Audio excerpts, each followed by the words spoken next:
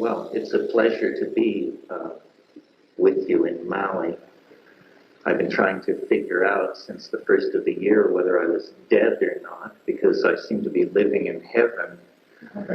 I just go from one wonderful scene to the next. I was in Portugal the first 2 weeks of January doing a science fiction film, flew from there to the revolt in Chiapas, home to do the mail, and then back to my home on the nearby larger and more volcanically active island to the east. And now I'm here with you this evening. Thanks to Robin Johnson and Gary, who did the wonderful introduction, pleasant in its brevity. And I'm here to talk to you this evening about speaking about the unspeakable, which seemed to leave the field fairly broadly open for the last minute adjustments. Speaking about the unspeakable, it's both a joke and a pointer toward a very serious set of subjects. First of all, the unspeakable is that which lies beyond the domain of language. And when I titled the lecture, I was thinking of Wittgenstein, who mentioned the unspeakable, the things which exceed our grasp. The other meaning of the unspeakable is the things we'd rather not speak about, our dilemma, our history, and how hard it will be to create solutions to our dilemma. So I thought with those two understandings of the meaning of the unspeakable in place, I would launch myself into a kind of meandering diatribe, which will go on for a while, and then we'll take a break, and then we'll entertain questions from the floor. So that's the basic, that's the format.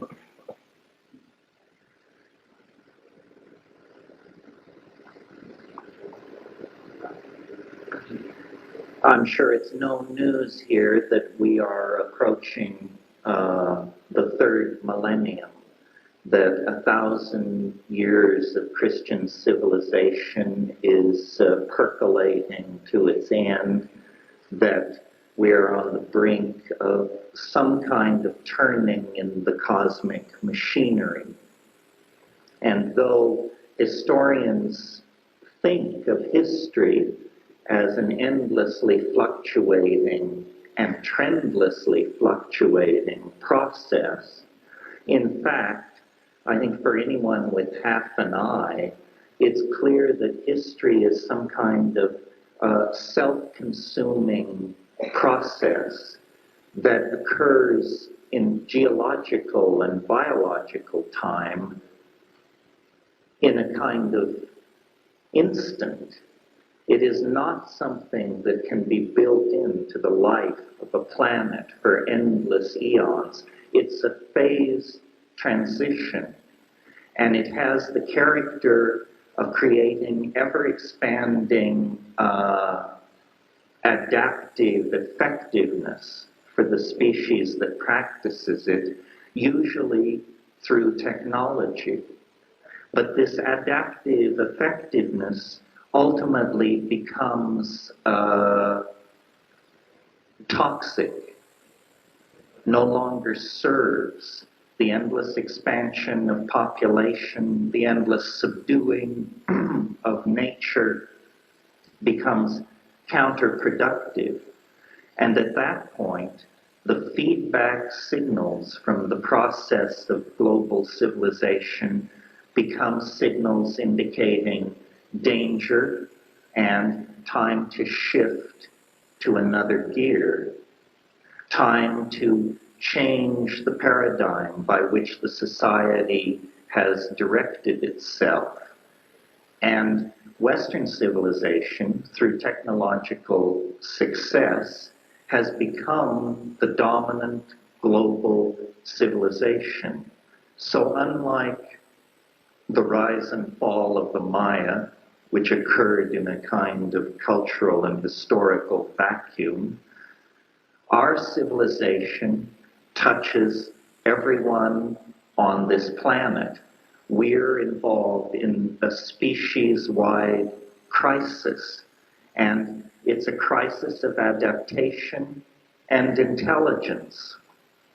If we can meet the crisis, if we can redesign the cultural machinery so that it can glide in to the new value system that a limited Earth and an electronically activated population demand, then we can use the crisis as a stepping stone to further exploration of the universe, further evolution, further unfoldment.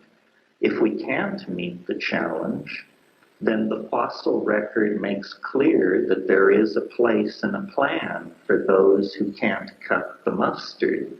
95% of all species that have ever lived on this planet are extinct. Nature is an engine for the production of extinct species. And if we are to evade that fate, then we have to rise to the challenge that our history deposits in our laps, because we have been practicing maladaptive technologies, maladaptive ideologies for about 12,000 years now. Well, this is not news to anybody. This just sets the stage. My perspective on this is a little different from many futurists or planners or people who grapple with this, because I believe that the answer to this dilemma and the answer to the contradictions that history confronts us with is a deeper exploration of the psychedelic experience. And the psychedelic experience is something incredibly alien to the Western mind. It is in fact taboo. It is in fact one of these unspeakable subjects promised in the lecture title. It's possible to go from birth to the grave without ever having a psychedelic experience. It's not built into your biology the way orgasm or sleep or hunger or something like that is. It's a physiological option that involves forming a symbiotic relationship with a plant, or post-high technology, with a substance either derived from a plant or probably structurally related to substances within plants. Consciousness appears to be, on one level, a materialistic phenomenon, in that it springs from the physical brain. It springs from the electrochemical processes that go on within organism.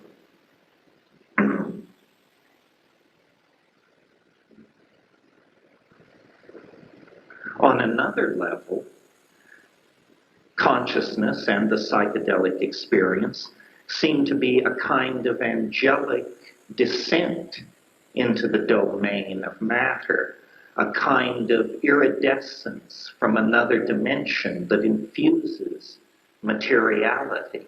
This is a great paradox, and it's a paradox that persists right down to the molecular level. Psychopharmacologists know, for example, that by shifting a single atom on the ring structure of a chemically active molecule, it can be changed from being extremely psychoactive to being completely inert. Now, if this is not a proof that consciousness springs from the quantum mechanical level, I don't know what would be. So what that means then, to me, is that matter itself has what Alfred North Whitehead called an appetition for completion. Everything in the universe strives to transcend itself.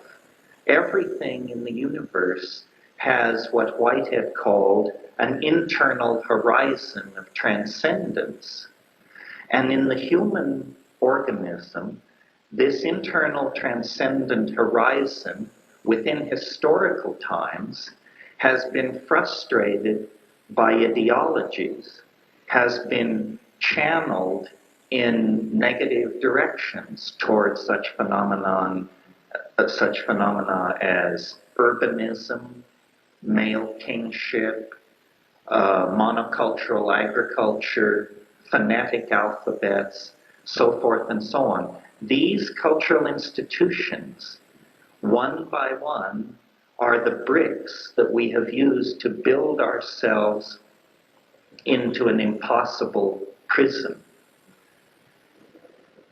Now, into this situation, about 100 years ago, comes the news that there are Aboriginal people in various parts of the earth who are using plants to journey into invisible dimensions where divination, curing, and apparent violations of natural law are possible.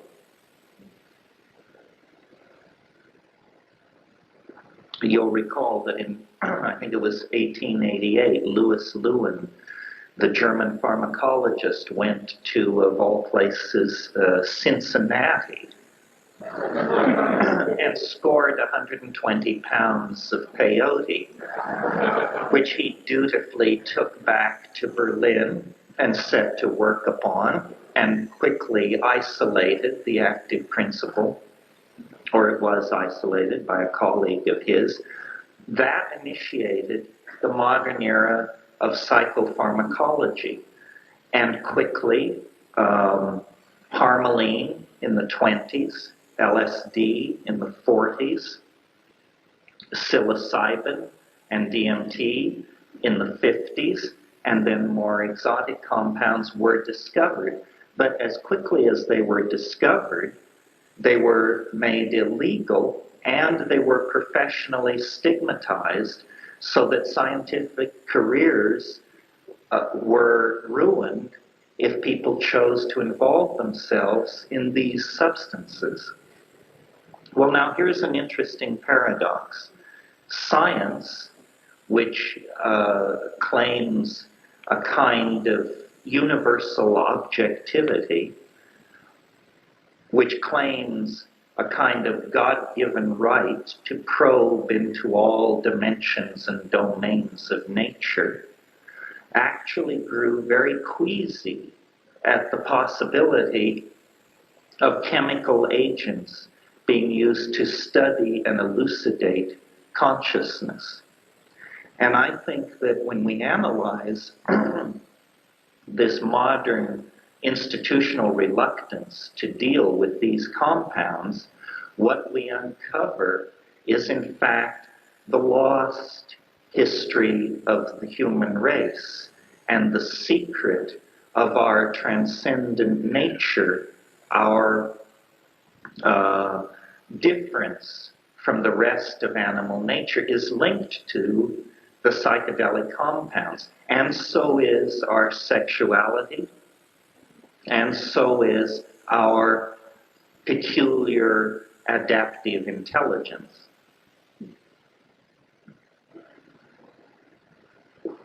This is the situation, you see, that we are half angels, half animals, half in the dimension of the rest of nature, and half in a dimension which can barely be described, the dimension of globe-girdling information transfer networks, high technology, the elucidation of the inner structure of stars and atoms. A world created by mind, a world created by the operation of abstraction. And this is the great thing which we do. We take data and matter, and we elaborate these things into constructs, either physical artifacts, machines, art galleries, cities, or ideological constructs, Marxism, feminism, Catholicism, Zoroastrianism. We seem to be the creature that can download the ideas, the Platonic perfect forms of a higher dimension into the world of matter. And so where we are, there is an interfacing between the world of ordinary nature and some kind of transcendent force. And I really believe that history is the trail in the snow, if you will, of this journey toward a fusion of spirit and matter. That the alchemical dream of the 16th century, which was the fusion of spirit and matter, was naively believed to be something that a single individual could achieve working alone in some Bavarian laboratory. This is not what it is, I think. I think human history is the alchemical process. The human organism is the prima materia, and our dreams are the goals that guide this process.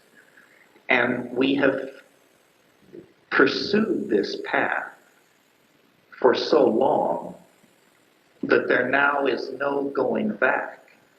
The only possibility now is what I call a forward escape. That means where you just put the pedal to the floor and close your eyes and go for it, because there's no going back. And my interest in psychedelics arises from two sources. Number one, the clear evidence available to everyone that societies that use psychedelics practice a kind of dynamic equilibrium with the earth and with the environment. They are stable. That's one factor arguing for the psychedelic experience. The other factor, a much more personal factor, is that it's the only thing I've ever seen which would turn people around as fast as we have to turn around if we're to avoid the fatal momentum of our past mistakes. Because we inherit essentially a runaway freight train on a downhill slope. And, they take and place us in the driver's seat and say, do something about human history. Well, no society can evolve faster than it can change its mind and its language.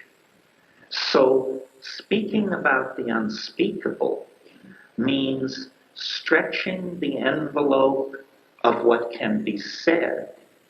When new things can be said, new plans can be laid, new directions can be found out of a crisis. And science has steered us deeply into the notion that nature is soulless and spiritless. And the practice of this idea has led us to the brink of catastrophe, global and species and ecological catastrophe. Meanwhile, these Aboriginal societies have been journeying freely to and from the spirit realm through the use of plants for as many millennia as we have been wandering in the deserts of abstraction. Now, these two halves of the human family have to make common cause, because the rainforest shaman and the Manhattan stockbroker are essentially in the same lifeboat with the same set of problems: a dissolving atmosphere, toxic oceans, overpopulation, commercialization of violence, sexism, racism, you name it. These problems are global problems, and they are problems that will not be solved without an incredible leap of imagination. Psychedelics are catalysts for the human imagination. That very simply is what they are.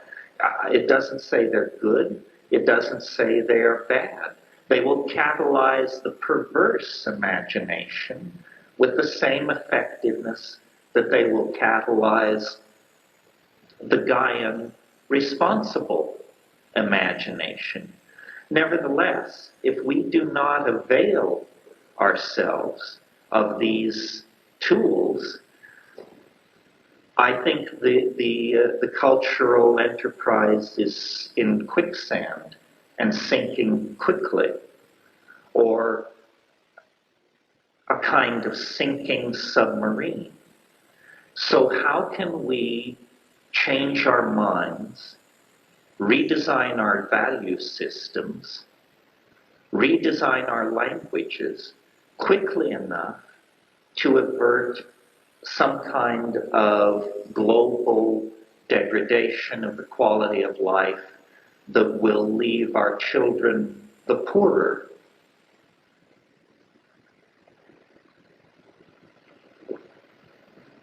Well, the way to do this, I think, is to get connected up with the rest of nature. Nature is a seamless community of intentionality. Nature is a gene swarm covering the surface of the planet. Biological nature, I'm talking here, is a set of interlocking strategies and intents, the sole purpose of which is to, one, survive, and to, two, maintain creative openness so that there can be further evolutionary advance. All life participates in the multiple feedback loops that homeostatically regulate this thing called nature. Only human beings, under the aegis of our peculiar civilization, have been able to sufficiently insulate themselves through urbanization, through the clearing of land, through special vocabularies, have been able to sufficiently insulate themselves to escape the implication of this natural engine of balance and equilibrium. The way back, then, is to get this Gaian connection. And if hortatory preaching could do it, the Sermon on the Mount would have been the turning point. But clearly that's not the case. I mean, things have gotten considerably worse since the Sermon on the Mount, for my money. The only way back is through a direct experience of the sacral and unitary nature of being. This is a very difficult problem for us because experience is something that we have given away. We are consumers of experience, handed down through a hierarchy that begins somewhere near Madison Avenue, a hierarchy of image production that causes all our values to be brought in from the outside as religions, as product fetishism, brand loyalty, ideologies. We consume these things the same way we consume petroleum and rice. What we have to do is begin to concentrate on the felt presence of immediate experience. This is what Western civilization has lost, is a sense of the felt presence of immediate experience. In other words, we have to live in the body. Ideology must serve feeling. Technology must serve intuition. What we're talking about here is a complete inversion of social values. We're talking about a feminizing of culture, a greening of culture, and a de-emphasis on mechanism and a de-emphasis on goals, the achievement of goals, over the style with which these goals are achieved. One of the books that I wrote was called The Archaic Revival, and I called it that because I can discern, or I delude myself in thinking I can discern, throughout the 20th century, a very large cultural pattern, which is what I call the nostalgia for the archaic. It touches phenomena as diverse as Freudian and Jungian psychoanalysis, jazz, body piercing, rock and roll, New Age therapy, scarification and tattoos, house music, what all these things have, abstract expressionism, surrealism, Dada, what all these things have in common is a reverence for the irrational and the experiential, the tempos of the body. We are, in the 20th century, at last beginning to at least debate the possibility of setting off from Aristotelianism and the world of the Edwardian gentleman. And it's about time, I would say. It's the last possible moment before we will have any choice in the matter. And what I left off that list was shamanism and psychedelic plants. Because when you begin to think about archaic life, about what it really meant, the shaman emerges as the paradigmatic figure. The shaman cures, the shaman travels in invisible dimensions, the shaman can rescue souls, the shaman can somehow violate ordinary space and time.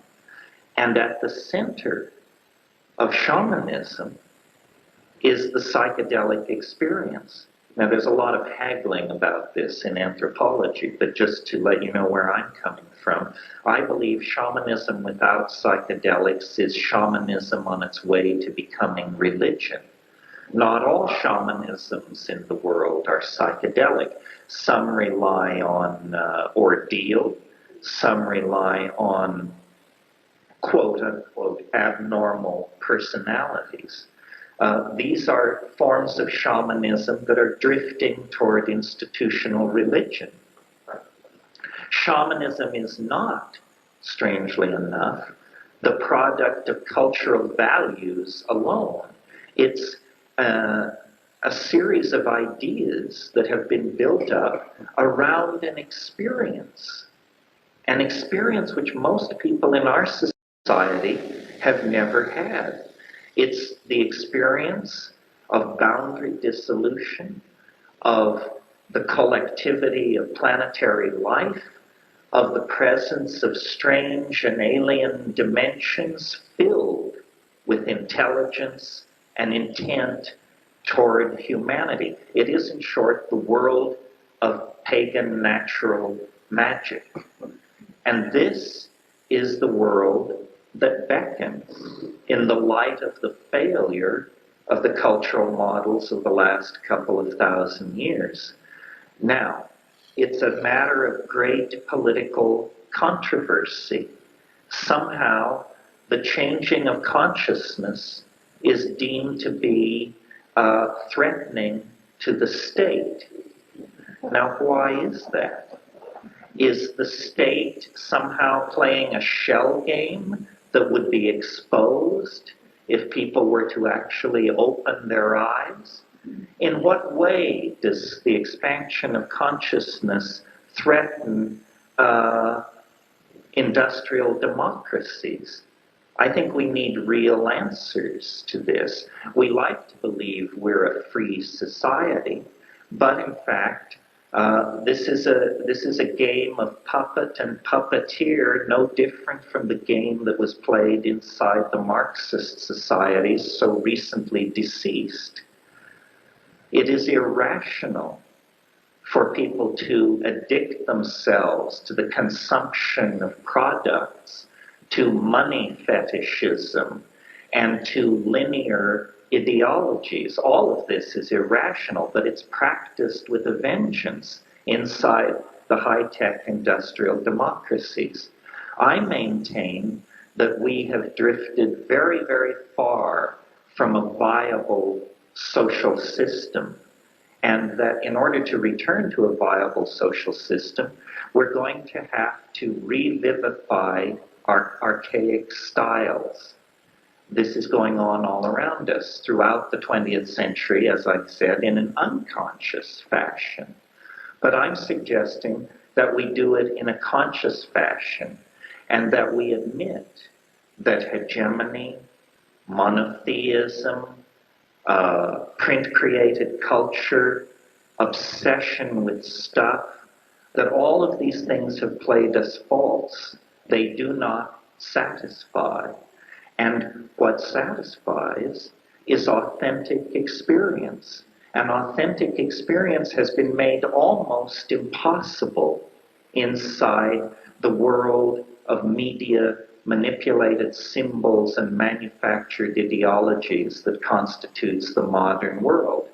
So what's required then is a radical act of disassociation from these value systems. And what that means is boundary dissolving psychedelic intoxication, allowing the Gaian agenda to manifest itself by dissolving the ego and by standing outside the structures of consumerist society. When this is done by large numbers of people, and I think the fact that we're here this evening means that the agenda is proceeding on time, under budget. When this is done, people will not tolerate the kind of human societies and the kind of allocation of resources that we're witnessing today. The obscenity of great wealth in the presence of great poverty, the obscenity of further destruction of the earth in the presence of spreading deserts and cities, the obscenity of the destruction of our educational system with the knowledge that our children require education more than anything else. All of these failures of will can be overcome if we can connect to our feelings. Because what we are is a person sitting in the corner of a room, hitting themselves repeatedly on the head with a hammer. If we could feel what we were doing, we would stop instantly. But we cannot feel what we're doing. We have ideologies, we have excuses, we have government spokesmen, committees, commissions, study groups, white papers, so forth and so on. It's perfectly obvious that Western civilization has shot its wad. It's perfectly obvious that Christianity has produced a nightmare of repression, of anti-human intolerance. It's perfectly obvious that the nuclear family is a cauldron for the production of neurosis and the employment of psychotherapists. It's perfectly obvious that The most destructive drugs we have discovered are peddled freely in every shopping center. It's perfectly obvious that the drugs of transcendence that connect us up to the earth are the drugs that are those who govern us are most interested in repressing. We are living inside an impossible set of contradictions, no less impossible than the set of contradictions the people of the Soviet Union were asked to live under until very recently. How long can we tolerate business as usual? How long can people who drive Mercedes and send checks to Greenpeace twice a year content themselves with the idea that that is a sufficient response to a burning and dying planet? What we have to do, I think, is radicalize our point of view. And what that means is, first of all, a telescoping back. Most people can't tell whether Joseph Goebbels served in the first or second Nixon administration. Most people have no sense of history at all. But when you, and this is a failure of education, plain and simple, but when you pull back 10,000 years, 100,000 years, 1,000,000 years, 100,000,000 years, 1,000,000,000 years, then something emerges that is not taught in the schools, that is not recognized by science, that is never discussed and never mentioned. And that is that the further back in time you go, the simpler the universe becomes, until finally you reach the extraordinary improbability of the Big Bang. This is a moment where the universe, for no reason, sprang from nothingness, according to science. Now notice that whatever you think about that hypothesis, it's the limit test for credulity. Do you understand what I mean? I mean, if you believe that, you could believe anything. That is the most unlikely proposition the human brain can generate. And yet science holds it forth as axiom one. Axiom one, the universe sprang from nothing for no reason. Well, from that moment on, the universe has been complexifying itself as it cooled. First, it's a plasma of pure electrons. Then, as it cools, atoms form. Electrons can settle into stable orbits around atomic nuclei. As atomic systems aggregate into stars, fusion occurs. Heavier elements are cooked out, among them carbon. Four-valent carbon allows a new world of complexity to emerge, the world of organic chemistry. Out of that possibility emerge long-chain polymers. Out of that possibility emerge self-replicating molecular systems, and out of that comes primitive life. And out of that, complex life, and out of that, land-based life, and out of that, mammals, and out of that, primates, and out of that, human beings sitting around the campfire, chewing on reindeer hides and chipping flint, and out of that, our own immensely complex, planet-girdling, planet-agonizing civilization. Okay, but now notice something about this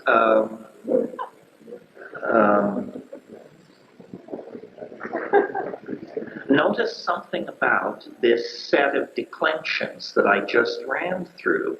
It's that each advance into complexity occurs more quickly than the process which preceded it. So that, it took a long, long time for stars to aggregate. And then it took a long, long time for life to appear. Once life appears, the cosmic machine quickens its pace. Once the conquest of the land appears, it turns another turn of the spiral and quickens its pace.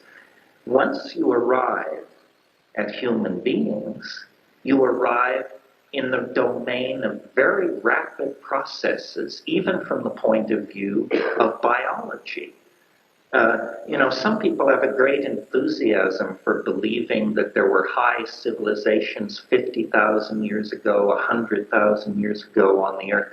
I don't buy into that at all. I think the miracle of the human adventure is how new everything is. There are people teaching in respectable universities who believe language is 35,000 years old. I mean, try to wrap your mind around that. That means it's as artificial a thing as the electric toothbrush. Language we're talking about here. We are apparently the cutting edge of an ever-accelerating concrescent process. And this is what I was referring to at the beginning of the talk when I said history cannot go on forever. History represents a phase in the development of something, and the conquest of the land represented an earlier phase in the development of that same thing. The hundreds of millions of years of life in the ocean, yet a longer, earlier phase of this same process of emergence. Now, the pace of the cosmic drama has quickened. It rests in us. In the last 100 years, there has been more scientific and cultural advance, let's make that scientific advance, than in the previous 100,000 years.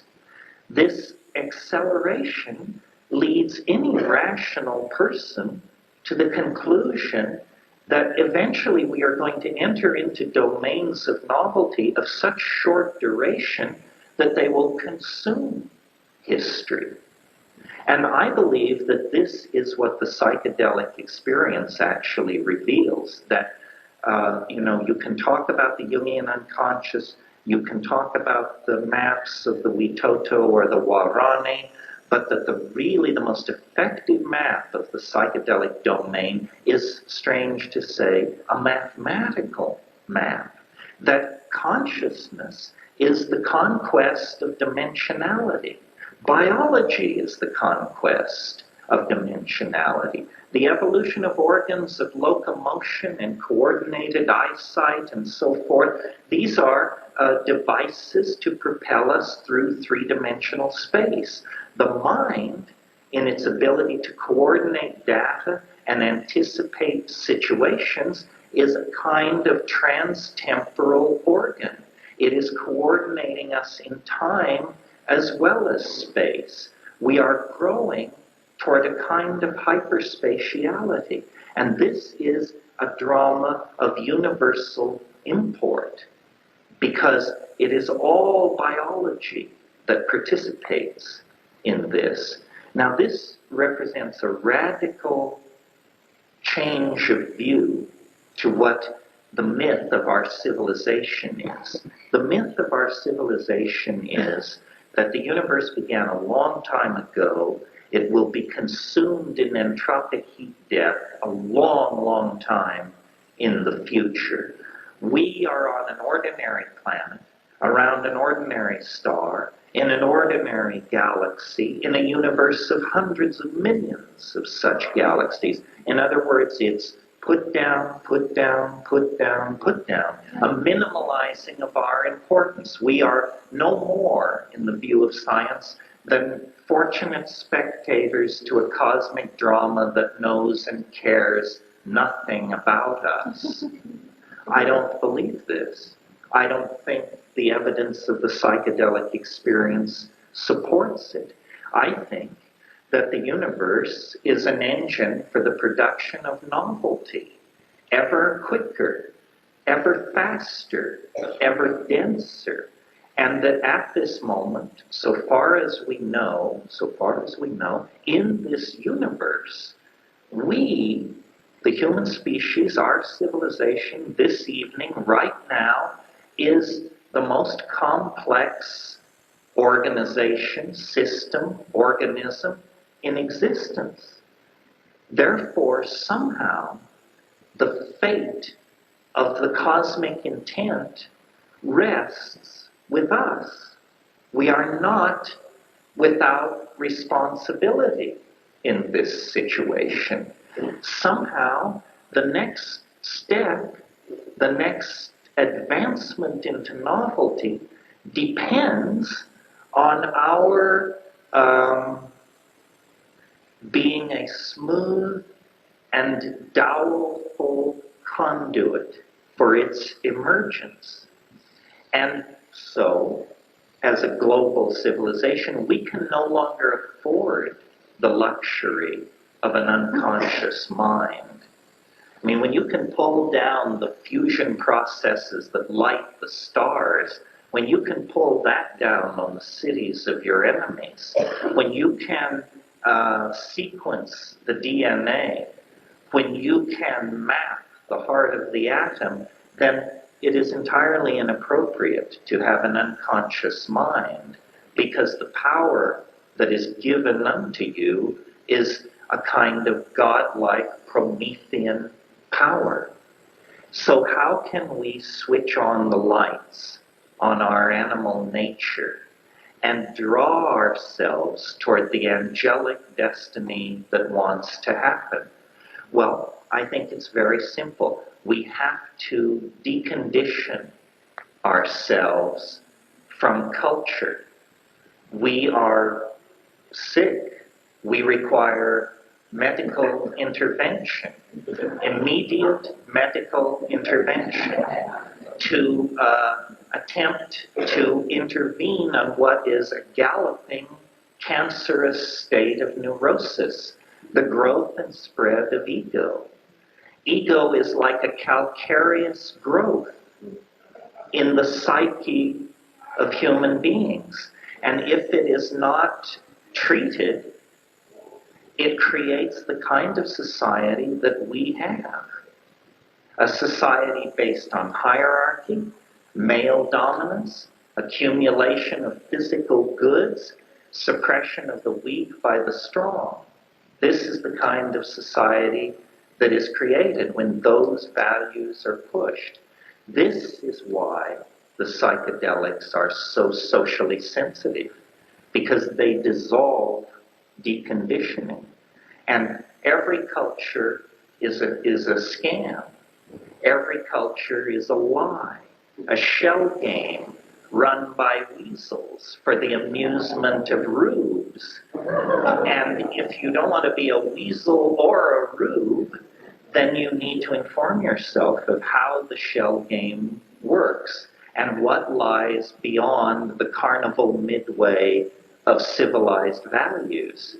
And the way to do that is to go back to the plants, to go back to the original gnosis, because it isn't simply that there is some magic in perturbing the chemistry of the brain with psychedelics. Why should that confer wisdom or insight or anything else?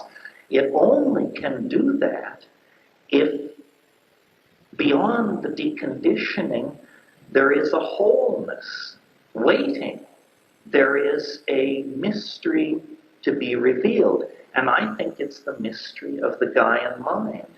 History is what happens to you when you lose touch with the Gaian mind, with the feminine, nurturing, planetary matrix that is the atmosphere and the ocean currents and the biota of the earth. Well, how could we have fallen so far? How could we have gotten into a mess like this? I spent a lot of time thinking about this. Man's fall. What is it? Is it real? Are we still a pristine expression of the will and beauty of nature? Or have we somehow sullied ourselves, somehow fallen from the track? And trying to think as a biologist, an evolutionary thinker, so forth and so on, here's my conclusion based on a lifetime of thinking about this, traveling around, getting loaded, reading, dealing with the data. All primates, and we are primates, all primates have what are called dominance hierarchies. This means the long-fanged, hard-bodied young males kick everybody around. The females, the youngs, the juveniles, the homosexuals, everybody takes their marching order from the male dominators. And we, as we sit here in this room, are deeply and terribly afflicted with these attitudes. But I maintain this has not always been the case, and our peculiar position in nature has to do with a kind of evolutionary accident.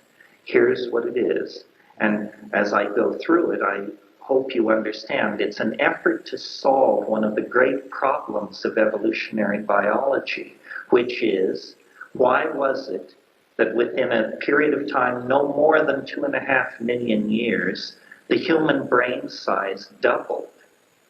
Lumholtz, who is an evolutionary biologist of the academic mold, calls the evolution of the human brain the most explosive transformation of a major organ of a higher animal in the entire fossil record. Well, now this is a great embarrassment for evolutionary theory, because notice this is the organ which created the theory of evolution in the first place. So for it to be inexplicable within the terms of that theory is a little alarming to those who have a big stake in all of this. I maintain that by analyzing objectively what psychedelics do to us, we can understand not only our origins, but our predicament. And here's the scenario. Like all animal species, we reached a kind of evolutionary climax in the canopies of the rainforests of tropical Africa 5 to 6 million years ago, our ancestors. Fruitarian, insect-eating, complex pack signaling as an antecedent to language, and there we rested. Except that the dynamics of the planet dictated that those rainforests would shrink in size and be replaced by grasslands, and we came under nutritional pressure. When an animal comes under nutritional pressure, it has two choices. It can starve to death and go extinct, or it can begin to experiment with new foods. The reason most animals don't ordinarily experiment with foods is because that kind of experimentation leads to exposure to mutagenic chemicals, and that creates mutation, which is generally lethal. Faced with extinction and starvation, we began to experiment with the new vegetables that we encountered in the grasslands of Africa. And in that same grassland environment, ungulate mammals, bison, primitive cattle, so forth and so on, were also evolving. And the dung of those animals is the preferred environment for certain species of mushrooms that elaborate psilocybin. I maintain psilocybin is the missing key to understanding human emergence. The missing link is not a transitional skeleton. The missing link is an environmental factor of some sort. And here's how I think it worked. Psilocybin in small doses increases visual acuity. This has been shown in laboratory situations with graduate students and other test animals. Visual acuity is improved with small doses of psilocybin. You don't have to be a rocket scientist to see that an improvement in visual acuity would have a tremendous impact on a hunting-gathering animal in a situation of nutritional stress. It means more successful hunting. It means more nutrition and protein available for offspring. It means raising one's offspring to reproductive age with greater success than other members of the group that are not using psilocybin. So there is the thin wedge in that psilocybin, perhaps unconsciously integrated into the diet, gives a slightly increased success at food acquisition. At higher doses, psilocybin creates what's called, and all CNS stimulants, create what's called arousal. This means this is how you feel after you have 2 double cappuccinos, pacing around, scanning the environment. And in highly sexed animals like primates, in the male, it means erection.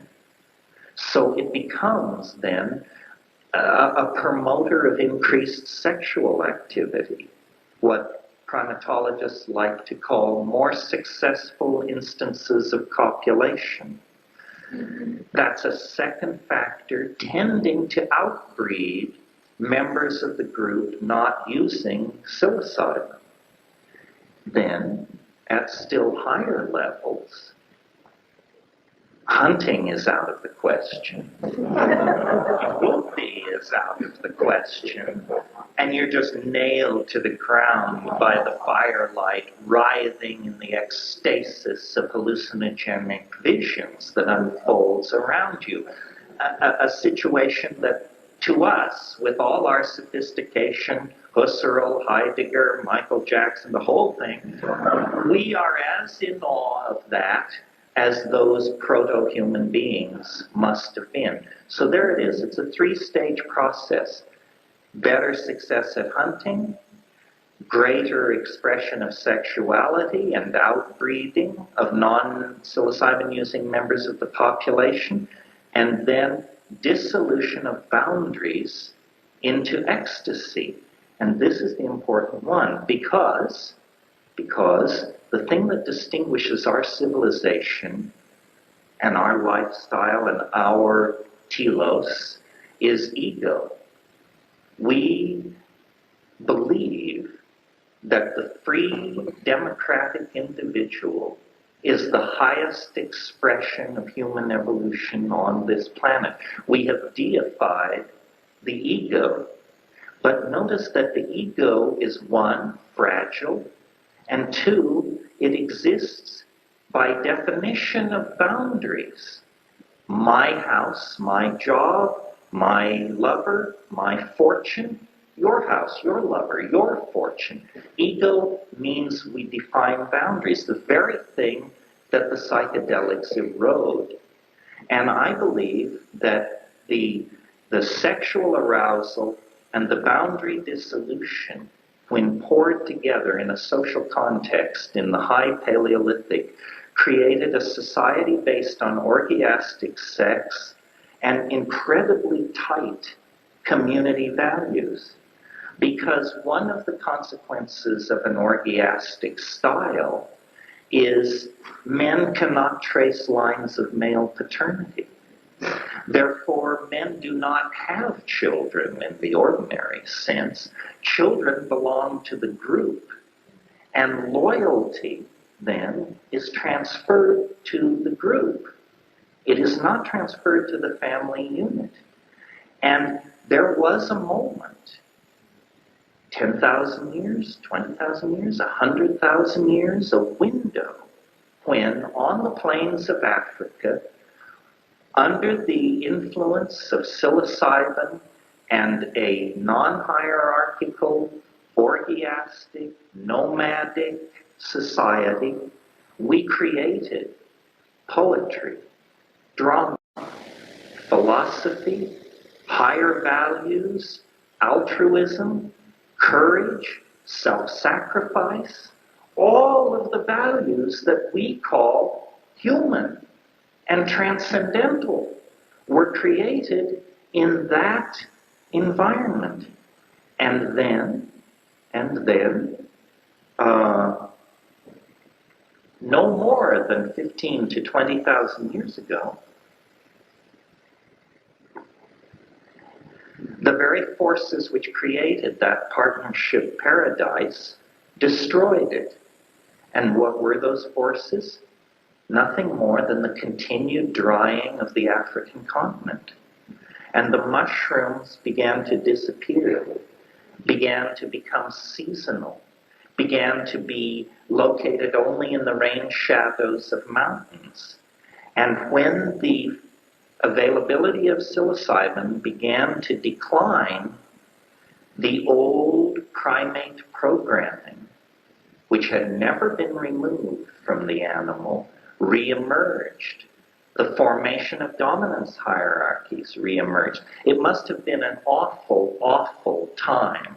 I mean, if many, many generations could be compressed into one, it would have been a time where people would have said, we don't seem to love each other anymore.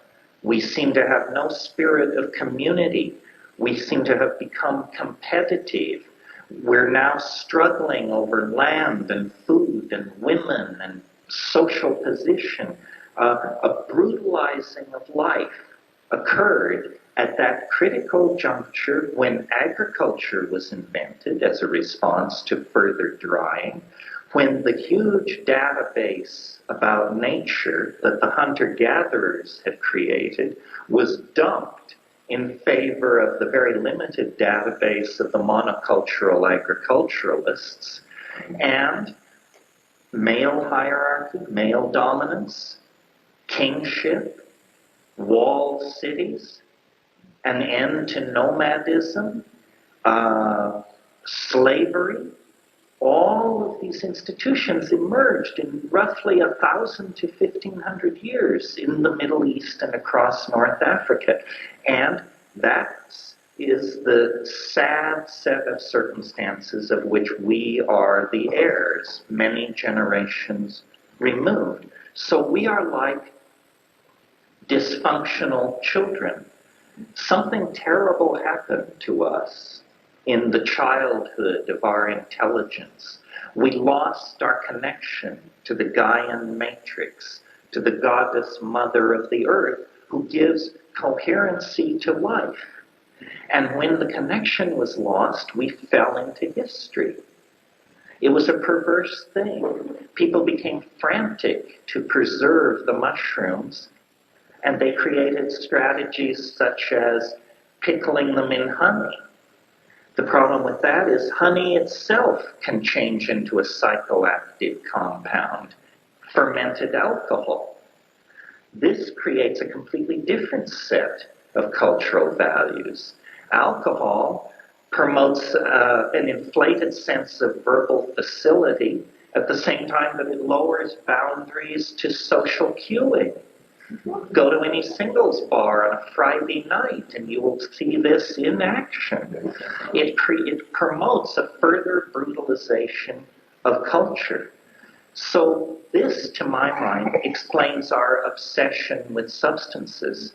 Why it is that we addict and addict and addict. It's because we are looking for something. Just like a kitten that will suck on your armpit or your gloves because it was weaned too early, we're willing to try anything to try and get a certain satisfaction. So, heroin, hang gliding, ketamine, you name it, it's all out there. Marxism, sexism, sadomasochism, whatever. None of it will satisfy because none of it is the original thing that we're looking for. The original thing we are looking for, I think, is the state of mind induced by indole hallucinogens, specifically psilocybin. And we need to have a cultural dialogue about this. There is no other point of view. In other words, nobody has a good story about how we got here, how we emerged out of human prototypes so quickly. It must have been a dietary factor. It must have been a dietary factor that put extraordinary pressure on the neuro-linguistic systems of the evolving human brain. Psilocybin fits the profile. It was available in that environment at the right time, in the right quantity. And I maintain, we're not simply solving here a kind of abstract question about human origins. We are also pointing the way toward answers. Because until we return to these archaic folkways, shamanism, hallucinogenic intoxication, honoring of the feminine, dissolution of boundaries, so forth, re-tribalizing of social relations, so forth and so on, we are going to continue to drift toward extinction. So it's time to start speaking about the unspeakable. It's time to articulate these options. It's possible that we're going to sink into the quicksand of extinction with the answer clutched in our hand. That would be a tragedy too much to bear. I mean, it's one thing to think there are no answers. It's quite another to die with the answer in your hand. I mean, that's just sheer shit-brain stupidity. So what must be done is the psychedelic meme must be given respectability. It must be outed. It must be surfaced. People of intelligence whose lives have been touched by these things have to begin to witness it. This is how gay people got respect. It's how people of color got respect. They're not handing rights out in this society, in case you didn't notice. The only way you are given your rights is if you demand them. And the idea that plants should be illegal and that the evolution and exploration of one's own mind should be of interest and regulated by the state is obscene, absurd, ridiculous.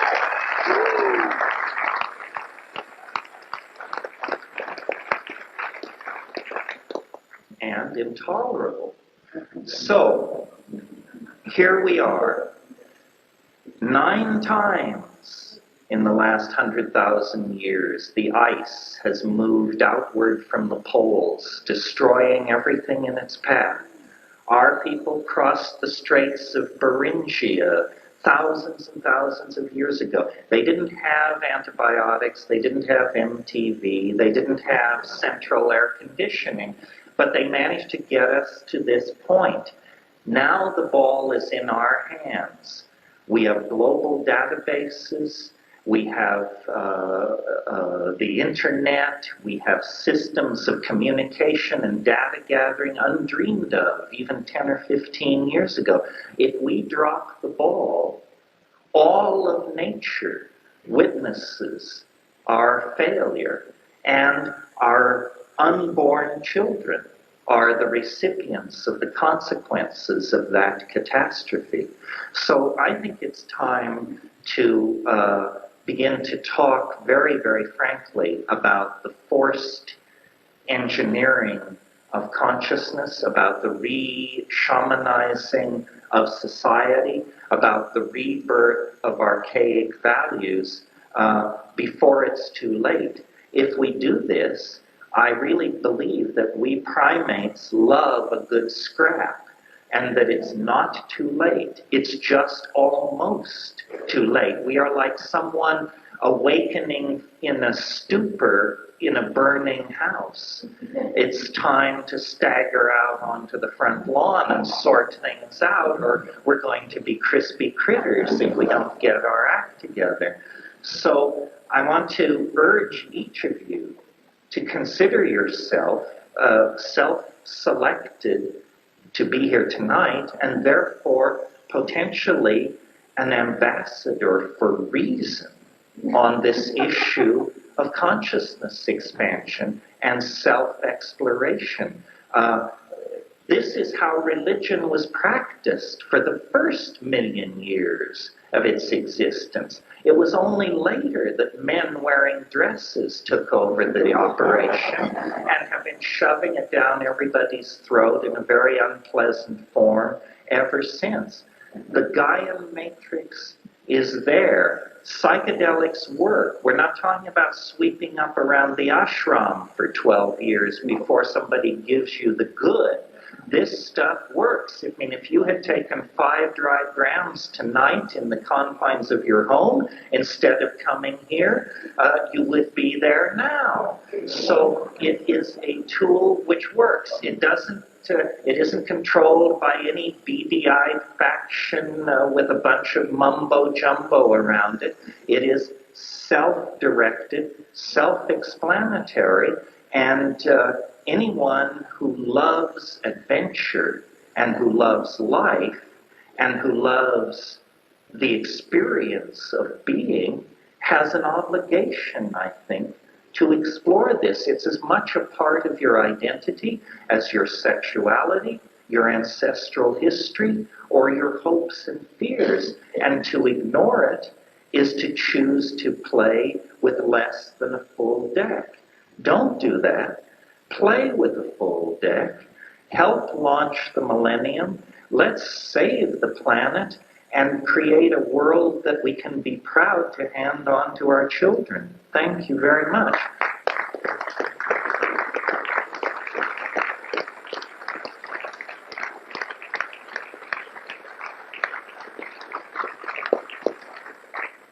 We'll take about a 15-minute break. I think they're dealing books and things in the back, and then we'll do Q&A from the audience, which is much more fun, I assure you. Thank you very much for coming out.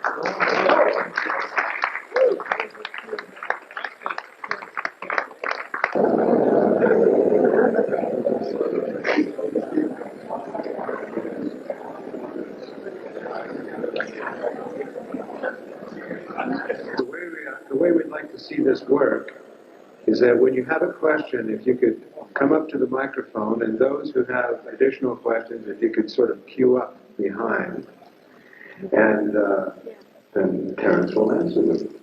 Okay.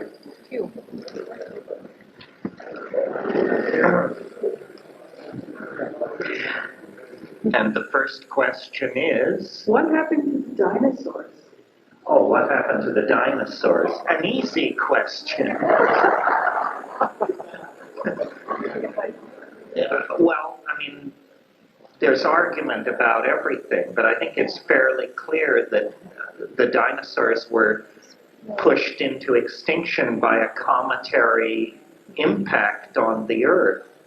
This is I mean, I don't know what lay behind your question, but I'm very interested in these kind of cometary impacts because they create very sudden extinctions. And those of you who attend the workshop, and some of the rest of you may know, I have a theory about time that is mathematical and predictive. And one of the if you're going to predict the past anyway, one of the things your theory has to kick out is this extinction of the dinosaurs.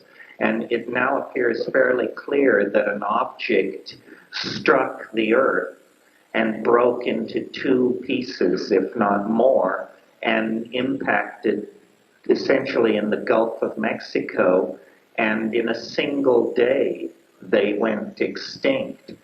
Some of you may know, I mean, this is not simply something which lies in the distant past. This July of this year, an object of similar size will impact on Jupiter.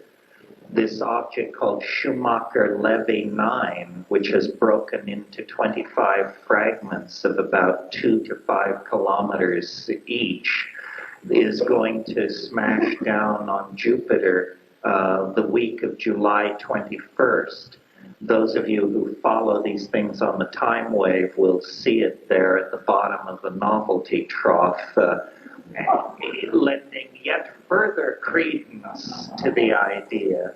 Yes. You're it. I found some mushrooms the other day. I've never found mushrooms before, but I'm pretty darn sure these are psilocybin mushrooms. Can you know anything about drying them? I dried them in my tent, and after about 2 days, they went dry. Did they turn to slime? No. They were almost all the I didn't think they'd be dry enough to put into a plastic bag, and I sort of wanted to wait until the full moon. I did a few mixtures. And were they the real the sport print and the bruising and the taste and the smell, everything is there. It came right off the print. I never picked them up, like I said, pretty much sure these are there. Well, do you know anything about, will they go bad if I put them in the sun for a couple of hours? I already did that and it dried up real quick, you know. Well, the key to keeping them is to dry them very, very well. I mean, they shouldn't be rubbery at all. They should be as crisp as a crisp saltine cracker. So they aren't bad then?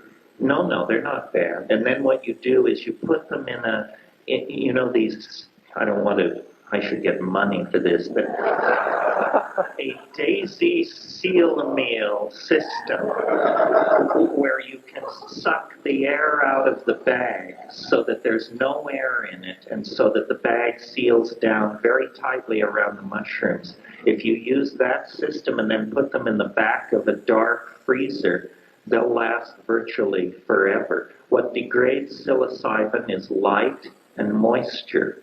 And so you got to get light and moisture out of the picture, and then it will last for a really long time. If you have a lot of mushrooms that you're trying to preserve, it also helps to powder them and then pound them, like with a dowel and a hammer, pound them into a container so that it's really dense, so that they're tightly packed, airless and cold and without light.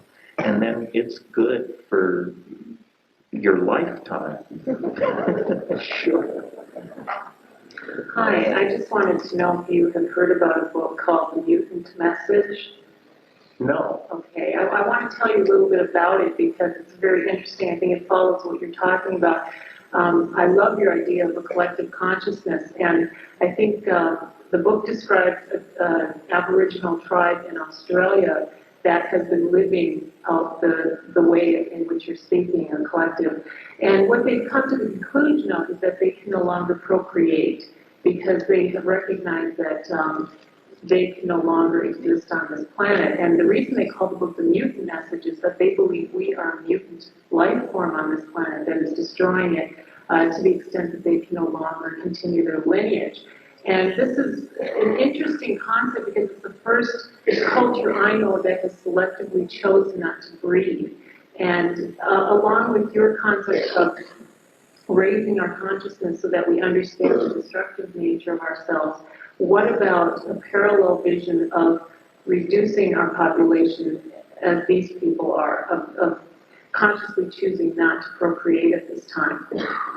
Well, it's interesting that you brought this up. Yes, I've been saying for some time that, and the mushroom pointed this out to me, if every woman had only one child, the population of the planet would fall 50% in 40 years.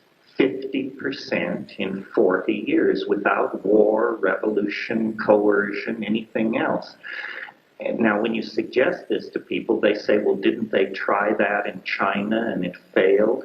Yes, but you have to think about a couple of things. First of all, a child born to a woman in Maui or Malibu or Manhattan, that child will use between 800 and 1,000 times more resources in its lifetime than a child born to a woman in Bangladesh. Why do we preach birth control in Bangladesh?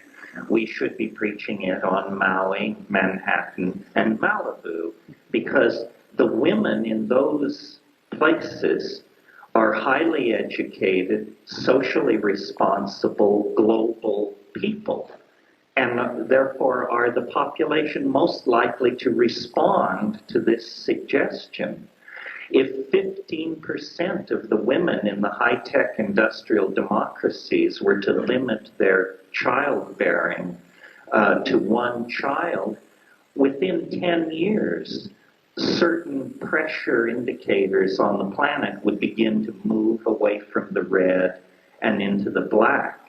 So I think that we have got to deal with this question of population.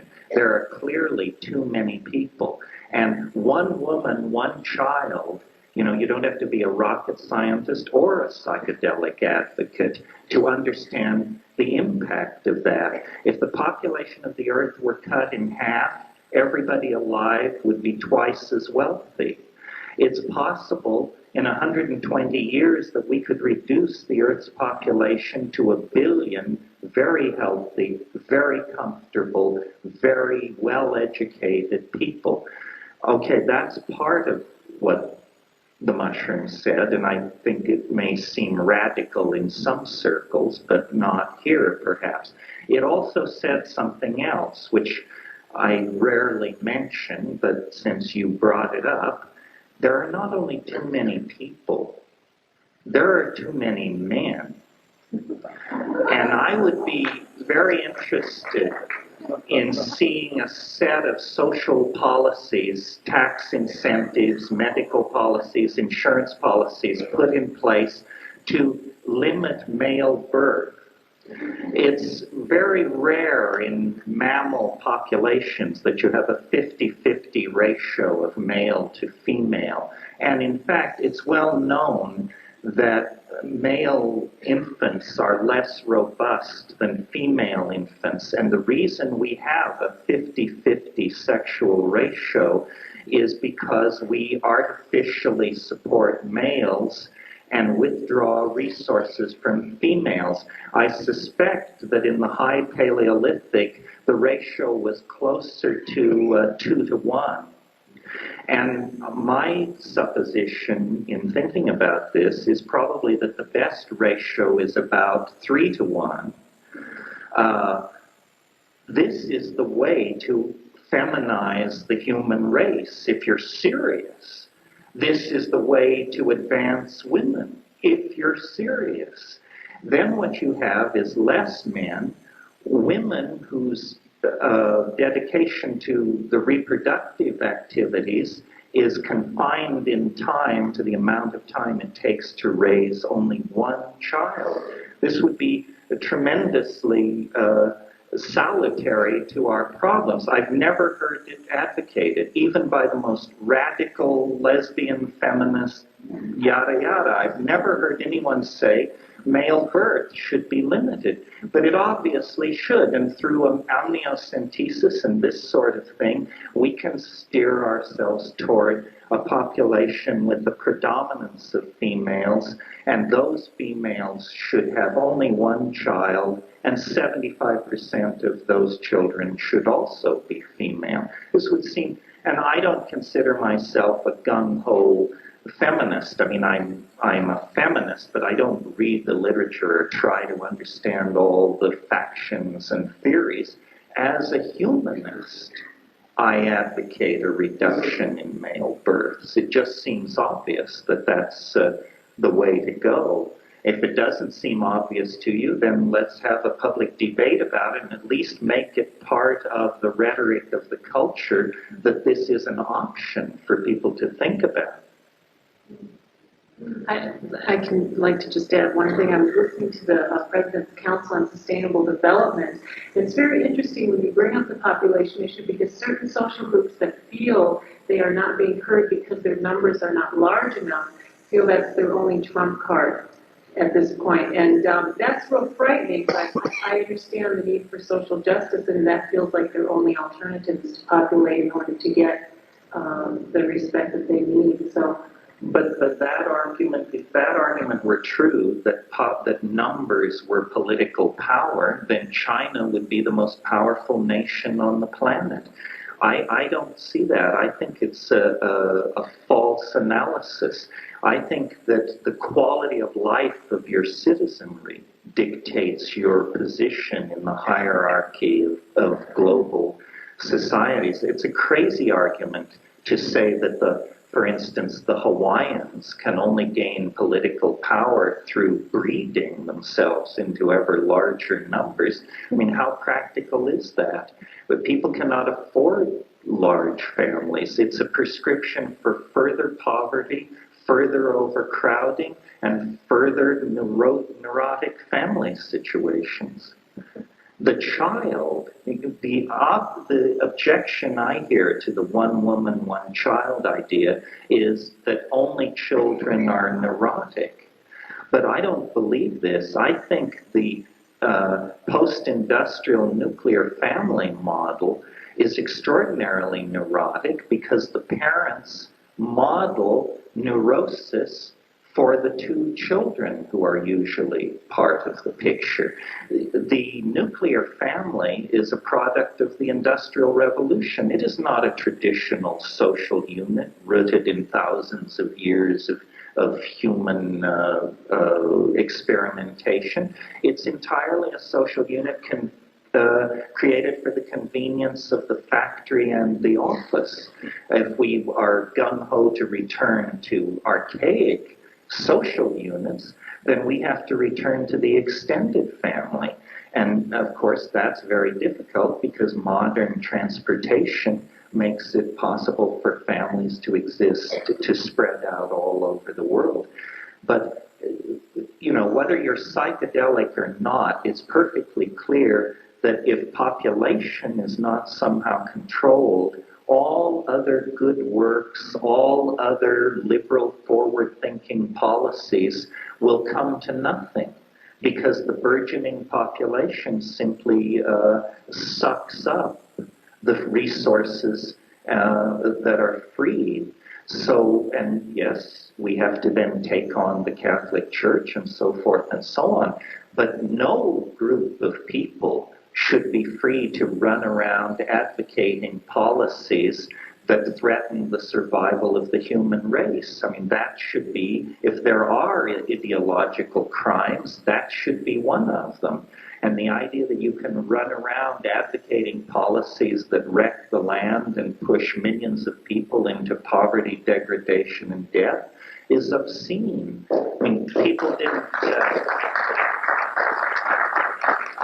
didn't care for the Holocaust. That was a moral outrage. But the policies of the Roman Catholic Church push more people into early death, disease, and poverty than the Holocaust ever did. And yet, you know, they're perfectly free to run their bingo games and appear among us. Why? They should have to answer for this outrage. Of course, I have to tell you, I'm a recovering Catholic, so...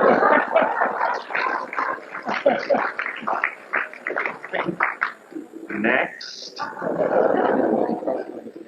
Well, Terence, you're advocating psilocybin here as a possible key towards the necessary transformation in consciousness that we need, you know, for this culture, this current civilization and continuum. And you painted a wonderful picture about how we really are at kind of a break point. I mean, something has to happen.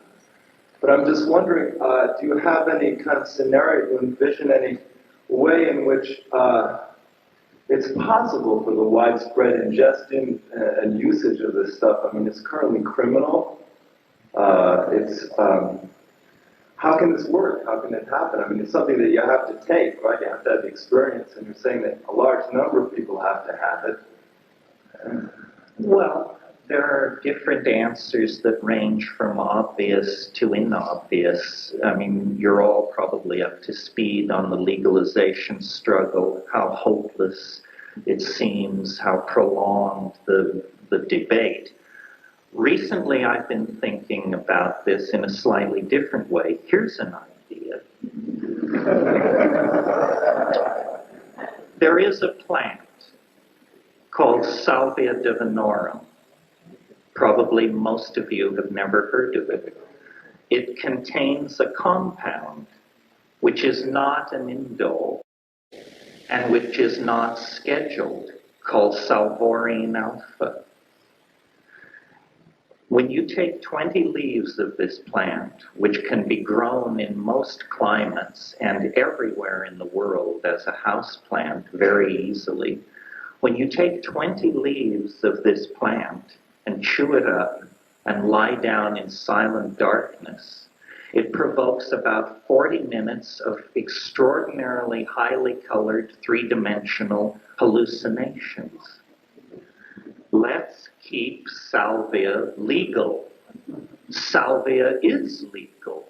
There are no laws against it anywhere on this planet.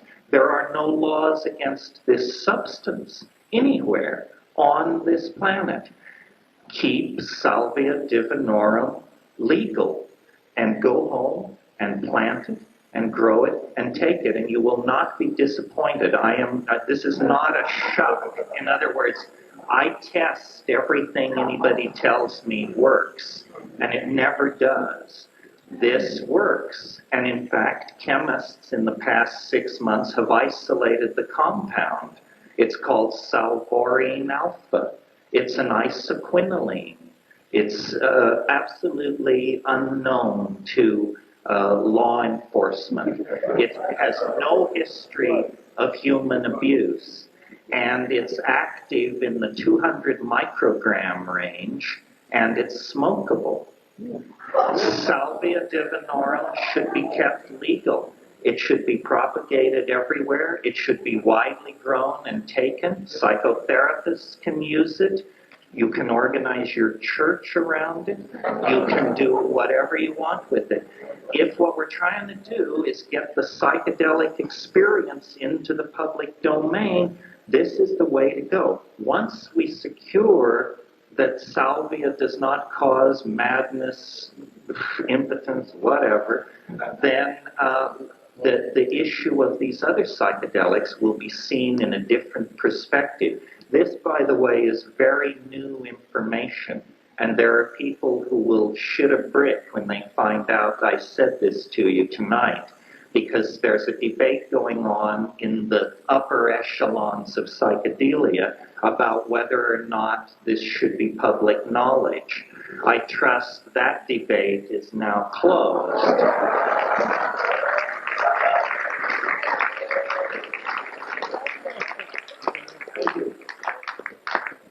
You heard it here first. You can order this plant from the ordinary suppliers of psychoactive gardening. Pardon? Salvia, S-A-L-V-I-A, space, D-I-V-I-N-O-R-U-M. Salvia Divinorum, called in Mexico Ojos de la Pastora, the eyes of the shepherdess. Go figure. Yeah. I had an opportunity before I arrived here to speak with Brenda Laurel, who is the self-proclaimed VR goddess. She believes that we need to wrestle control of technology from the scientist to the artist. Could you extrapolate on that and your views on virtual reality? Yes, well, I've wrestled Brenda a number of times. I completely agree. I mean, I'm very excited about virtual reality, which some people think is a funny thing for a botanist and a jungle bunny to be into. But what I see coming out of VR is a technology by which we can show each other the inside of our own heads. That's what it promises. I can imagine a world where around age 6 or 7, a child begins to build their virtual reality. Well, by the time you're 25, it would be half the size of Manhattan, and it would be your world, and it would be more you than your body. I mean, after all, we don't really identify, do we, with 145 pounds of monkey flesh. That is not you. You are your hopes, your fears, your dreams, the inner soul, the poetry. So I can imagine a world where if you were seriously interested in having a relationship with someone, you would invite them into your reality and say, this is me. Stroll around, check the levels, visit the museum and the spa, and see what you think. naturally, virtual reality is potentially trivializable. Millions of people right now are being warehoused by television. I mean, television is the heroine of the electrified middle class. And, I'm not sure it's a bad thing. I mean, how would you like all those people out driving around and shopping and getting in your way? It's good that they're off in their condominiums watching whatever they're watching. I'm not an anti-technologist. In fact, quite the contrary. I think technology is a fascinating extension of ourselves. And I think, we're taking hold of the human image. We're beginning to dream the dream of becoming whatever we want to become. And it's very difficult because we're emerging from the umbrella of Christian theology that told us that human nature was sinful, blemished, fallen from its true state. And yet, we really have to return to the point of view of the great Renaissance magicians like Marcello Ficino, who said, man, but let us say humanity is the measure of all things. Humanity is the measure of all things. We are the caretakers of the earth. That's not something we can choose. It's already a done deal. The earth is now our responsibility. And it's through technology that we dissolve some of our boundaries and knit ourselves into a community of global management and caring. I think that's very important. I think technology has been obscenely in the service of profit, and science too has whored itself to profit. But what kind of world could be built if these things were in the service of art? It's our cultural values that are out of whack. There's no reason to go, beating on science or technology. It's the monkey manipulating and applying these things that needs to be thoroughly looked at and possibly pharmacologically rewired. Yeah. Hi, I've read a lot of your stuff about DMT, and so I just want to know what the difference between DMT and mushrooms are when you're intoxicated, because I've never been intoxicated with DMT. Well, psilocybin and DMT are extraordinary structural near relatives. However, in the process of being metabolized in the body, psilocybin never becomes DMT. It passes close to it. DMT is, to my mind, the substance where all of these issues are brought to a white-hot nexus of intensity, because DMT is very brief. It lasts on the order of 500 seconds, under 5 minutes for most people. You return to the baseline of consciousness. It's a human neurotransmitter. It occurs in many, many plants.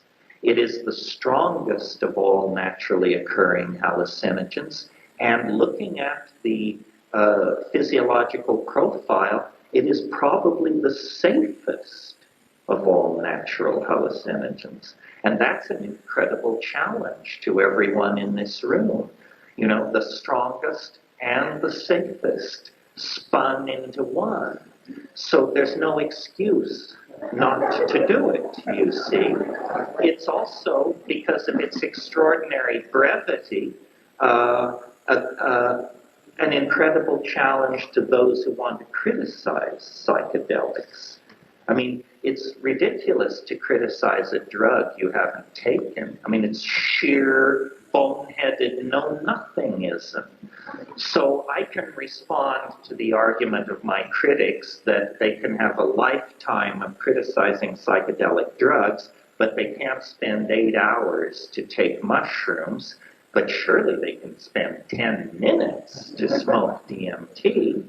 Well, once you smoke DMT, I believe we have you.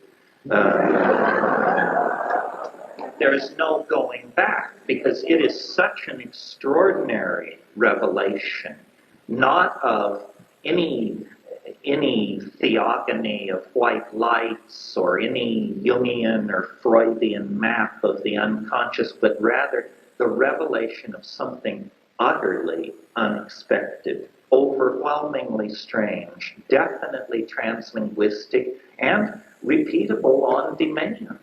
You know, we're not talking about standing in cornfields here and praying for flying saucers. DMT is a reliable method for crossing into a dimension that human beings have debated the existence of for 50,000 years. Is there an invisible nearby world inhabited by active intelligences with which human beings can communicate? You bet your booties there is. And, you know, if you don't think so, then tell me you don't think so and you've smoked 70 milligrams of DMT. Otherwise, we just don't have anything to talk about. Yes, yes. I love your theory of the missing link and psilocybin being a possible solution to the missing link there. And I think of how different we are as a culture now from what the people who lived then would have been, who were connected to the earth and not breathing smog and didn't have their nervous systems blocked by the million stressors that we have in our day-to-day life now. And one of the things that concerns me as a long-time observer of psychedelics on people, not so much psilocybin specifically, but LSD and the more chemically altered ones, is watching the way that does sometimes affect different people different ways, and sometimes in not always positive ways. And when I hear people talking about using psychedelics as a general solution to something, a lot of alarms go off in me because I've seen so much temporary and sometimes long-term suffering from it. And I don't know, I'd like to look at that side of it. Yeah, well, I agree. I mean, I think that the problem is not with the psychedelics. The problem is with educating people. I mean, the way I do psychedelics is fairly infrequently and at quite high doses and in darkness, and then this is my preference, but alone. And the way not to do psychedelics is frequently and at low doses and in socially dense and complex situations, because it draws energy from the thing. There are a lot of people running around who think they have their psychedelic credentials in order, who have in fact only tickled the tummy of the beast. You know, there are social subclasses where you get a lot of respect if you say you're a psychedelic head, and a lot of people simply want entry into the social club. So they say, oh yeah, acid, I took a lot of acid in my time and this and that. But the question is not how much you took. The question is how much you took any given time. Because when I talk about the psychedelic experience, there are thousands of altered states. You know, yoga, hyperventilation, toxicity, dreams, uppers, downers, juice. There are all kinds of altered states. The psychedelic state is very, very defined in my mind. It's characterized by boundary dissolution, by visual hallucination.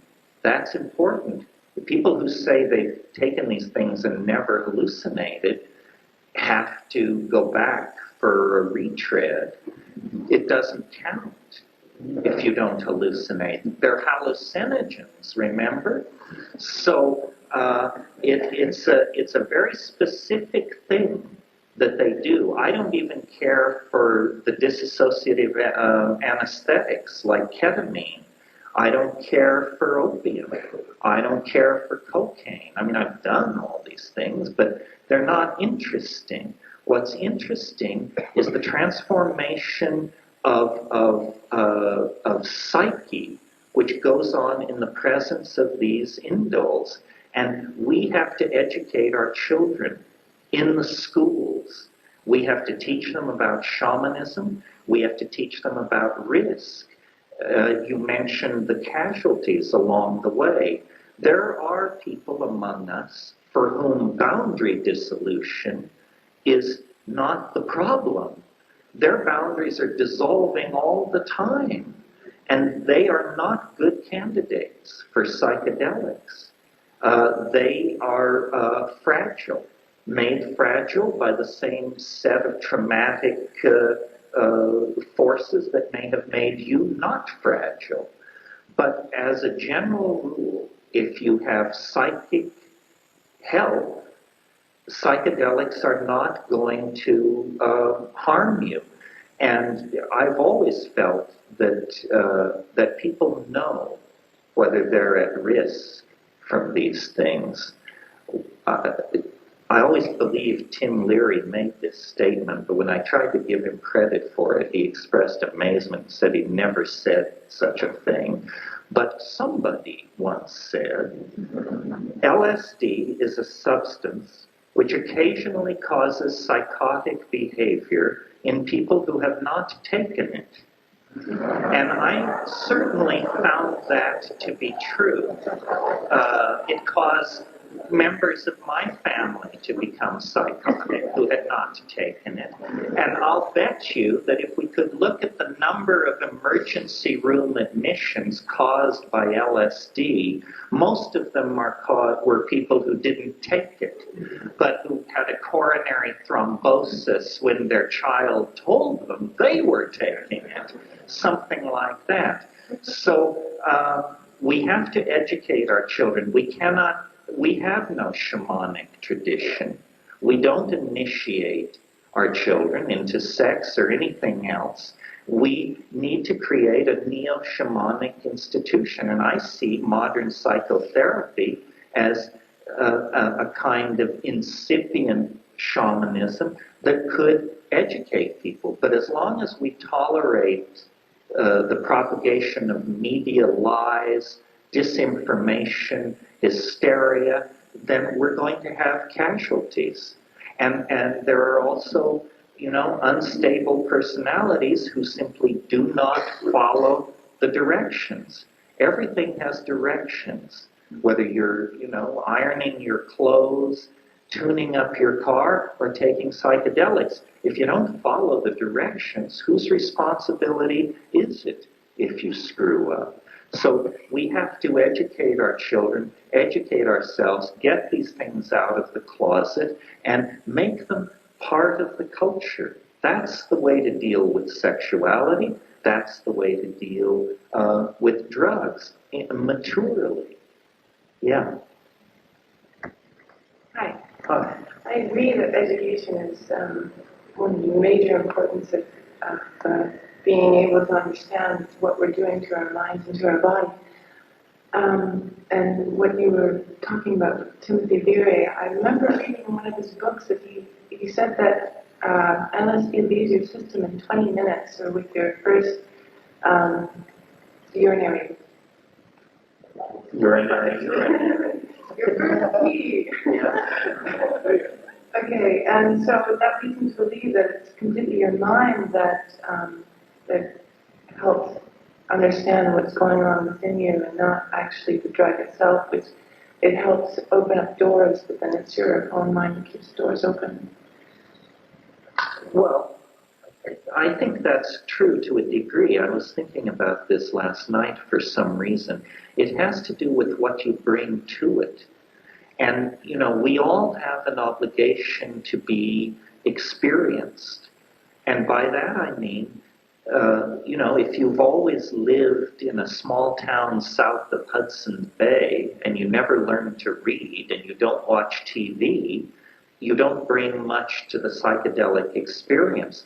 I am filled with a ravenous curiosity for everything.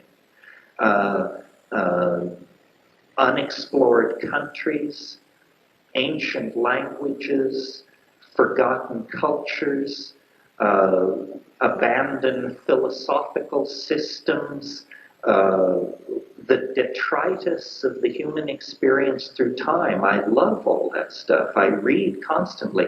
And consequently, I have a lot of data for the thing to manipulate. It can only communicate with you in words that you already possess. So the psychedelic experience is most dramatic for people who have had a lot of other experiences, I think, because they bring something to it.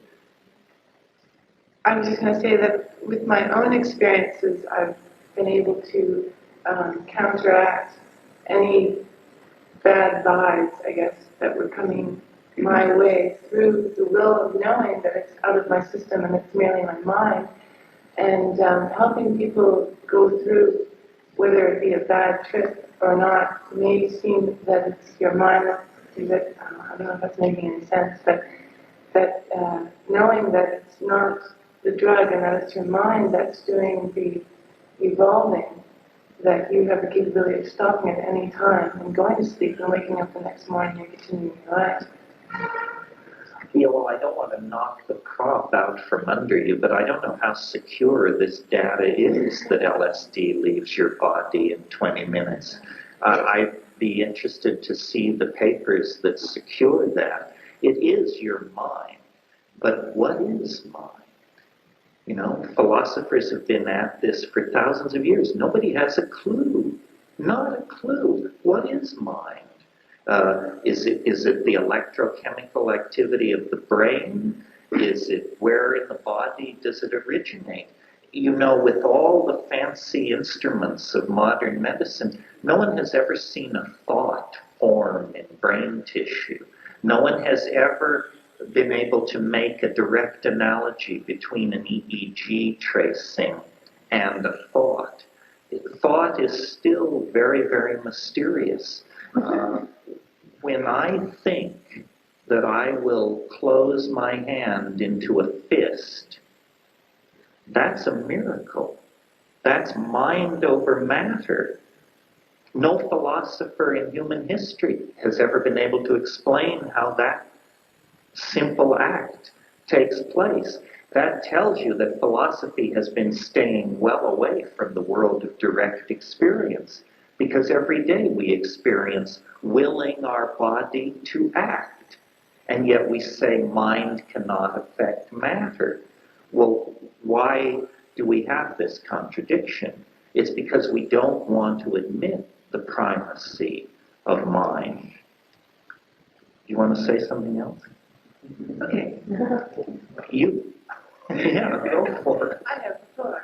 I found mushrooms too the other day, and a very special place on the island. And unfortunately, they did turn to mush because I was doing a new experiment with them that didn't quite work. I wanted to know if you felt that there was any medicinal properties to psilocybin. I personally had stomach problems for the last couple of days, and after taking a few of the mushrooms, completely relieved any problems that I have as far as a diuretic or a tonic goes. It's your mind. Yeah. But let me say something about this question, because it came up twice. The reason I asked the question, did it turn to slime of the mushroom, is because there are two kinds of mushrooms. There are many kinds, but two categories of mushrooms. Some mushrooms do what is called auto-digest. This is where when you pick them a few hours later, they release a lysolytic enzyme in the cells and they turn to slime. And the two kinds of mushrooms that are most common in the Hawaiian Islands are coprinus and paniolus. Both grow in dung, both blue, and both turn to slime. And both contain chemicals not related to psilocybin, which could kick up your stomach a little. So there are other mushrooms, much rarer out here, which don't auto-digest and which have a purer signature for psilocybin. One of the things that's always puzzled me about Hawaii is why there aren't more mushroom growers out here. And it's because when you grow mushrooms here and then you try to sell them, you're met with the argument, why should I buy your mushrooms when I can pick them in the pastures? The answer is because these are different mushrooms and much superior to what you can get in the pastures. So there's more to it than just psilocybin mushrooms. You want to get psilocybin mushrooms in a vegetable matrix free from any other physiologically active compound. Yeah. This will maybe be the last. The psychedelic experience and cannabis experience certainly for me has helped me open to wisdom of nature that comes from being in a completely divine atmosphere and allowing wisdom to come. And that is true of so many of my, particularly women friends, but men who have balanced their yin experience. And there certainly are, we are everywhere in every culture that I've traveled in, and we are opening to the shamanic experience in white people. And so how do you recommend and how do you see the Gaian information, the mind, joining and supporting each other and ourselves to the next level? Well, it's basically, as I said, people have to come out of the closet and people have to act from their convictions. I mean, I think one of the most disturbing things that can go on is where you go to visit some people and they say, we can't smoke till the children go to bed. This is nuts. This means that this is a house divided against itself, and it can't possibly stand. If you don't have the guts to tell your children you smoke dope, then you shouldn't smoke dope, for crying out loud.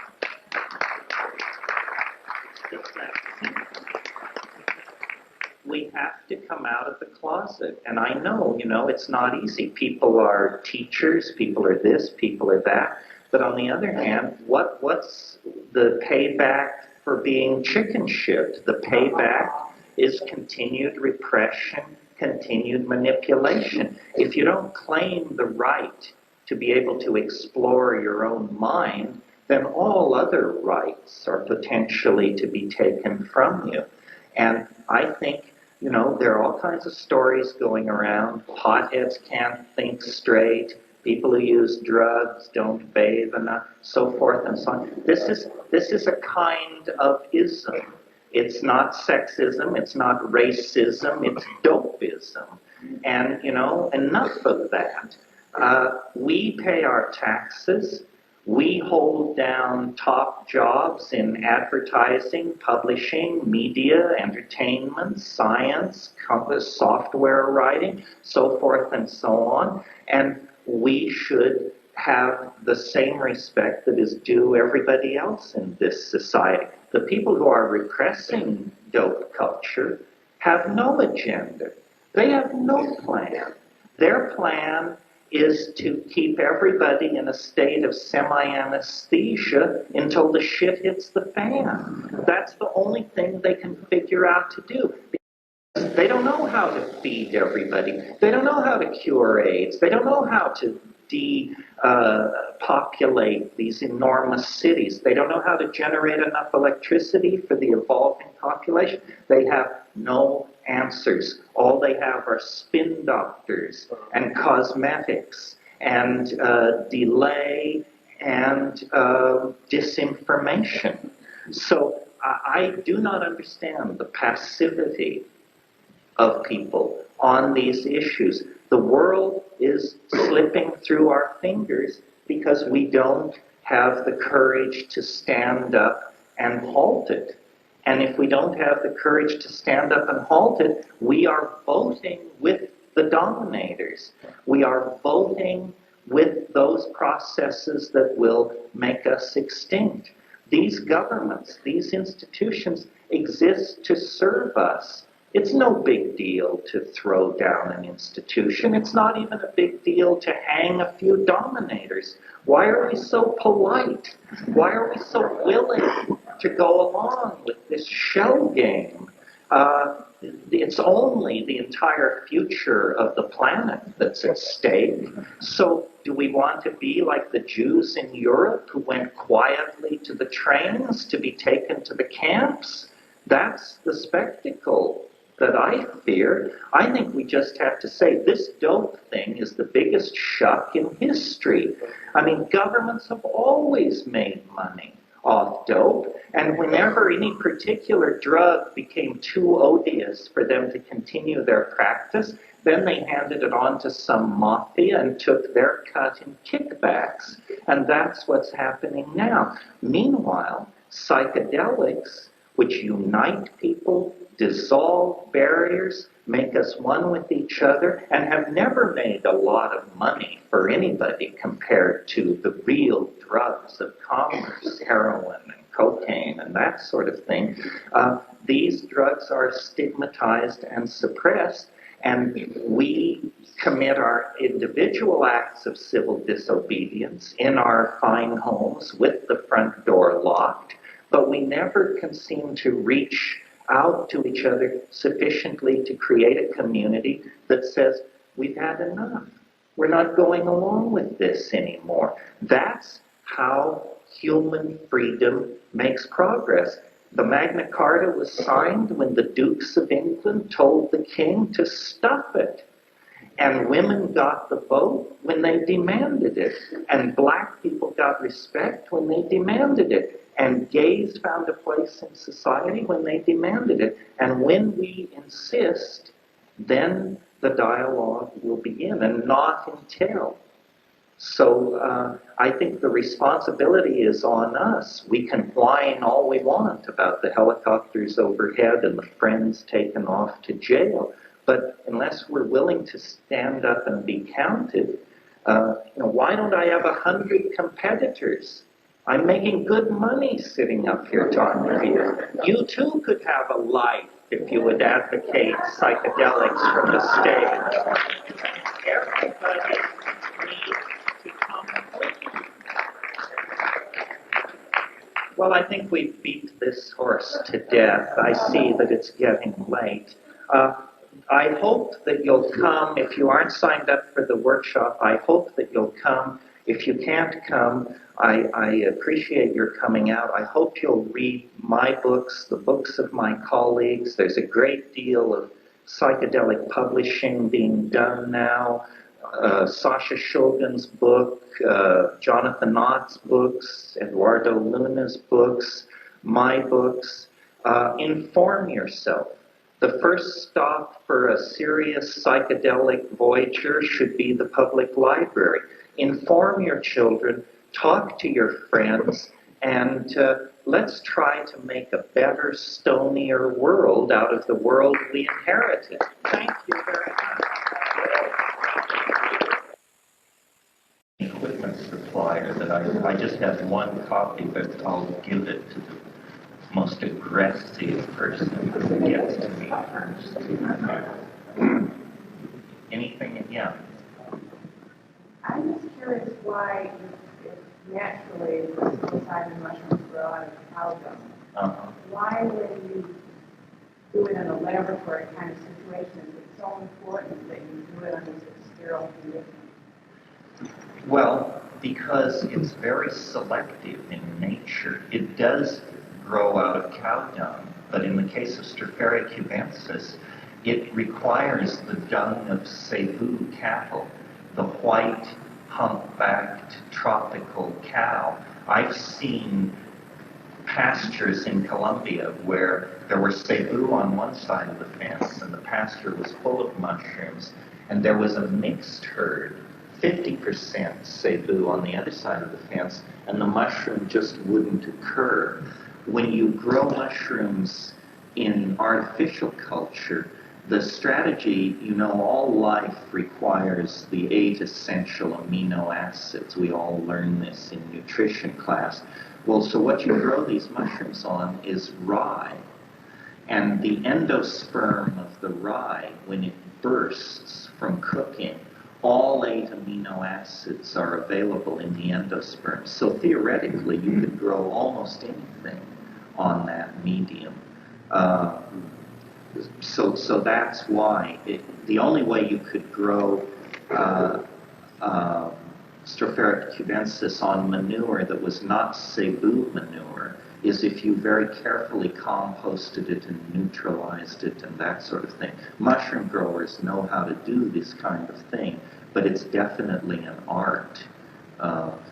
Mushroom growing, I mean, I just can't say enough good things about it. It's alchemy. And this organism is an absolute workhorse. It will take 112 grams of rye and turn it into 12 dried grams of mushrooms. That's a 10% conversion rate. We used to say that a $17 100-pound sack of rye was worth $25,000 when put through this process. I loved it when people would come up to me at my talks and say, I just want to thank you for writing the mushroom book. You kept a family off welfare for 10 years. And in fact, we're moving to the south of France.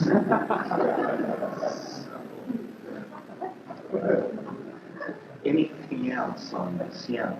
As we go deeper and deeper into the psychedelic experience, it seems that, well, I personally become radically aware of the contrast. Like, when intoxicated, you go into the ecstasy and you release your ego and allow yourself to fully open. But then, on coming down, we like slam back into this Western civilization, ego and the whole reality of it. And I'm wondering how you, for so many years, going deeper in, how you managed to integrate yourself. Well, I think the answer is not very well. I'm very fortunate to have the career you see me hard at work at here, because what else could I possibly do? Well, I remember one time I was in the psych library at the University of California looking up something about drugs, and I pulled a book off the shelf, just at random, and opened it up, and it was describing process schizophrenia.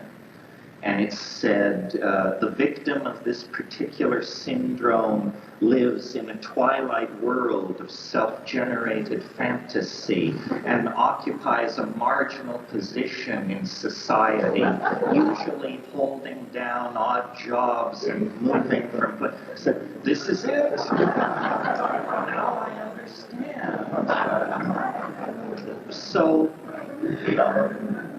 my father used to tell me, he said, you'd rather change the world than change yourself. And I guess that's what happened. I've managed to make this marginality something that I can actually make a living out of. I think it's hard. If you take psychedelics and are completely without community, you sort of think you're nuts. One of the things that's so important about a get-together like this and like last night is that the psychedelic community sees itself. I mean, they've ripped off our fashions, our hair length, our speech styles, everything else. You can't really tell freaks from everybody else. But when the community self-selects to come here someone like myself or Andy Wilde or Tim Leary or whatever, you should look around and see who's here, because these are the people that can be the basis of a community. Also, probably whatever you're looking for, someone in this room has. And it's just sort of a kind of social scavenger hunt to figure that out, you know. But it's really important to build community. If, you know, there's this cliche, one person with a mad idea is deluded. 2 people with a mad idea is a folle à deux. 3 people with a mad idea is a cult. And 4 people with a mad idea is a religion. And 5 people with a mad idea, that's reality. So it's all about building a common language so that we can talk about it and support each other as we come and go from it. Otherwise, it will always remain private, marginalized, and socially inconsequential, I think. I mean, how fortunate it is that, like, the more primitive cultures, the more indigenous cultures, where they have a shaman there, not only voyage the route through the hyperspace, but then upon going back to everyday life, they're far more integrated with nature and living that integration of non-barriers. Well, and everyday life for them is being embedded in a climaxed tropical forest or something like that. Yes. No, it's very hard to make sense of, like, taking psychedelics in Manhattan or something and then coming down to fit yourself into that world. The cognitive dissonance that we feel between the psychedelic state and the lives we have to lead is a measure of how far we've fallen from any kind of lifestyle that supports self-exploration of the body and the mind. I mean, we have literally become cogs in a machine. When I go to LA and fly over the suburbs and look down, it looks to me like a magnification of an electronic chip. You know, it is in fact simply a fractal resonance of the electronic chips that are in the toasters, vacuum cleaners, and televisions in those houses. And as you look down, you realize as long as the Reader's Digest stays subscribed to, as long as the people who live in those houses climb in their Japanese cars and go to their jobs every day, the system works. But the amount of humanness in that system, the amount of passion, the amount of dreaming and romantic hope is zero, you know. I mean, people's idea of a golden dream is a better BMW. And this creates, you know, toxic, low awareness lives. And then people wonder why they're depressed and have ulcers and their children don't respect them and so forth and so on. Well, we have allowed institutions to rule our lives. And institutions are not necessarily servants of the human agenda. I mean, I think I said to somebody during the break last night, I quoted Lenin, who said, when it comes time to hang the capitalists, they will sell us new rope. I feel like, you know, we're just willing to deal the planet until there's no planet left to stand on. There seems to be no awareness of limits or the impact that we're having on the planet. We've invented a sin that didn't even exist until the 20th century, which is the sin of robbing your own children of their future. I mean, no society in history has ever been so perverse that it would actually loot its children's future. I mean, that's what society is for, is to secure the children's future. But in the way we destroy land and pile up debt, we're handing this all on to the unborn. And it's an incredibly infantile and self-indulgent and egocentric approach to the phenomenon of life. I'm sure you've all seen these bumper stickers that say, live simply, that others may simply live. And, you know, this is an idea worth holding. Somehow we have to reverse our, what I call consumer object fetishism. That we are fetishistically obsessed with stuff. And this is wrecking the planet. When we were nomads in Africa, there was no material culture at all. People felt inner wealth was your existential validity, who you were, the power of your songs, the power of your speech, your hunting prowess, your sexual prowess, your magical prowess. It was who you were, not what you had. Nobody had anything because everybody was on the move. They never slept in the same place twice. The invention of agriculture was a strategy for the production of food that was monstrously successful.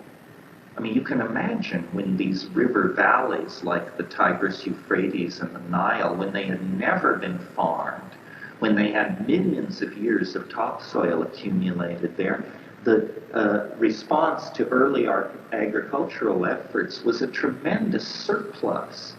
Well, you can't carry it with you. So consequently, you stay with it. And then you build a tower to put it in. The oldest and most complex structure known to exist was the grain tower at Jericho.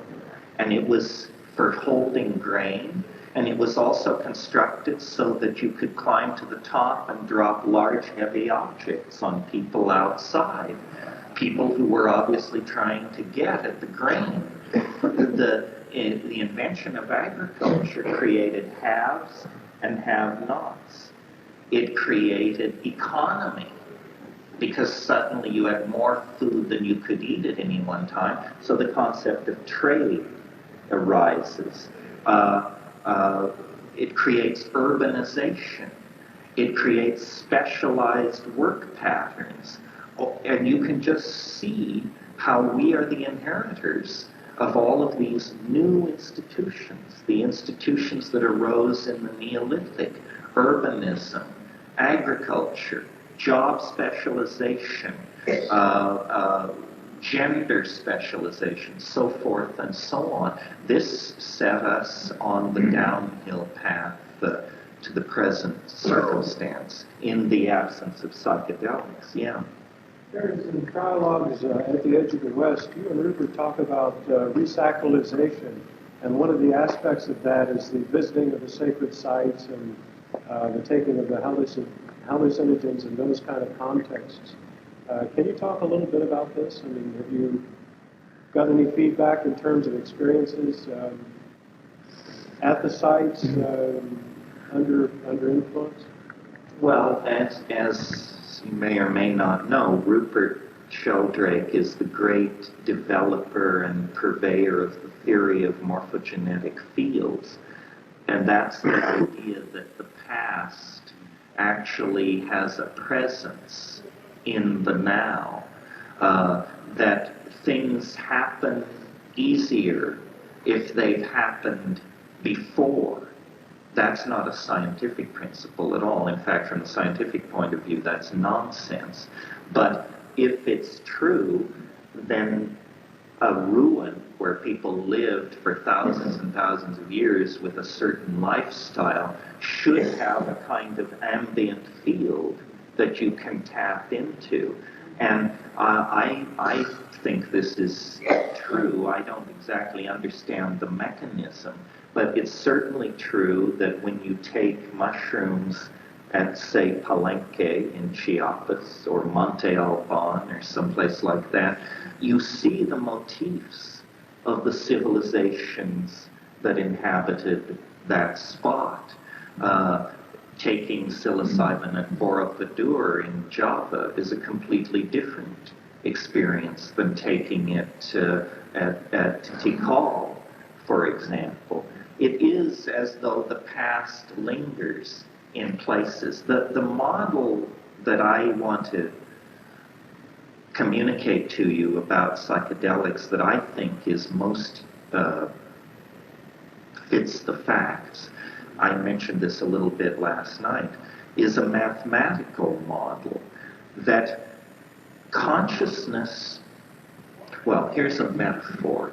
Some of you may be physical chemists, and you know how sulfur has two melting points. I mean, if you have yellow sulfur and you heat it, it will liquefy. But if you keep heating it, strangely enough, it will re-solidify.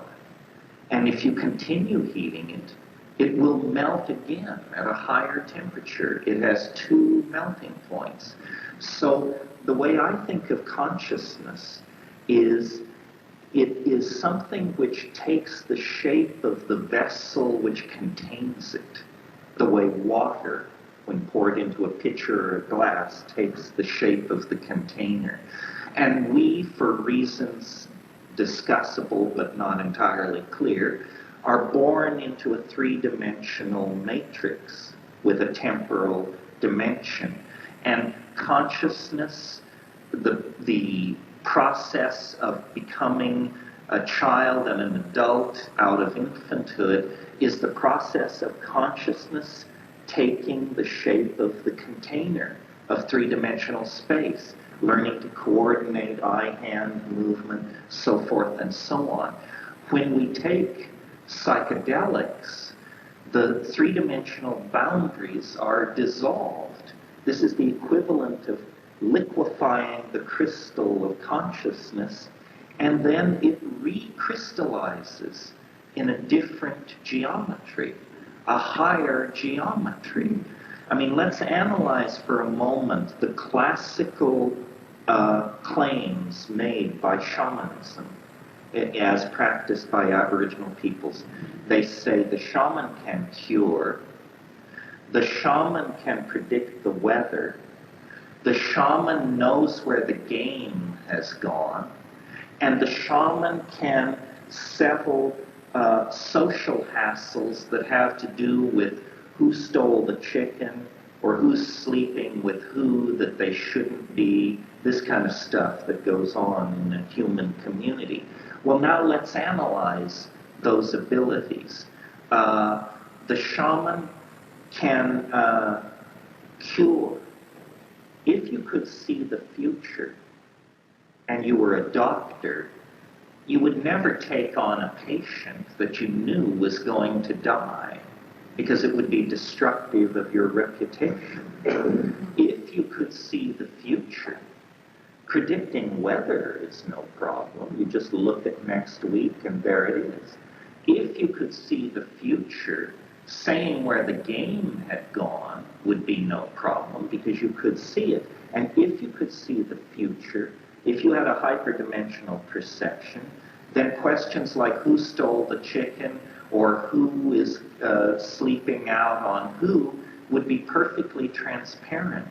So I think consciousness has a hyperdimensional modality that we downloaded into the somatic dimension of the body as a survival strategy.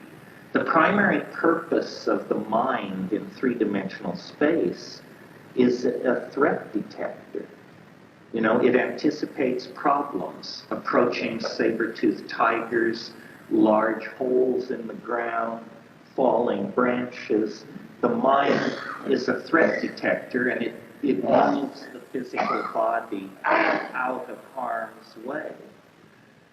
That's an evolutionary and practical adaptation of consciousness. What consciousness is in and of and for itself is very hard to say exactly.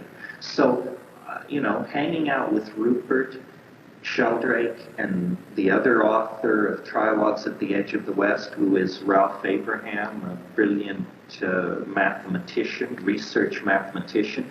It seems to me that the best model of what psychedelics do is they actually raise the dimensionality of the experience of mind so that you actually look down on time. You see the past.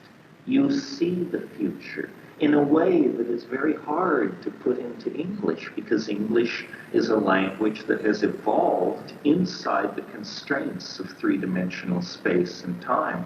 That's why it's so hard to create a language that can contain these things. But I take seriously the perceptions of shamanism. They are not, in any sense of the word, delusions. That's why I called my book True Hallucinations. Hallucinations are a form of perception that is as true as ordinary vision. It's simply not about ordinary space and time. It's about hyperspace and hypertime. This is why you probably noticed in me, and I certainly notice it in other psychedelic people, an extraordinary awareness of large scales of space and time. It's no problem for me to shift 10,000 years in the past or 100 million years in the past. At any point in any conversation, I can see the whole thing. I'm also aware of the spatial size of the universe and how it's put together. This is a psychedelic perception acquired over, years and years of doing it. I always think of Giordano Bruno, the Franciscan heretic of the 15th century, 15th, 14th, 16th century, who was burned at the stake because he realized that the universe is infinite. Giordano Bruno said, the stars that we see at night are suns hung like lamps to the uttermost limit of infinity. Nobody had ever said that before. They were all living in an Aristotelian universe of concentric shells.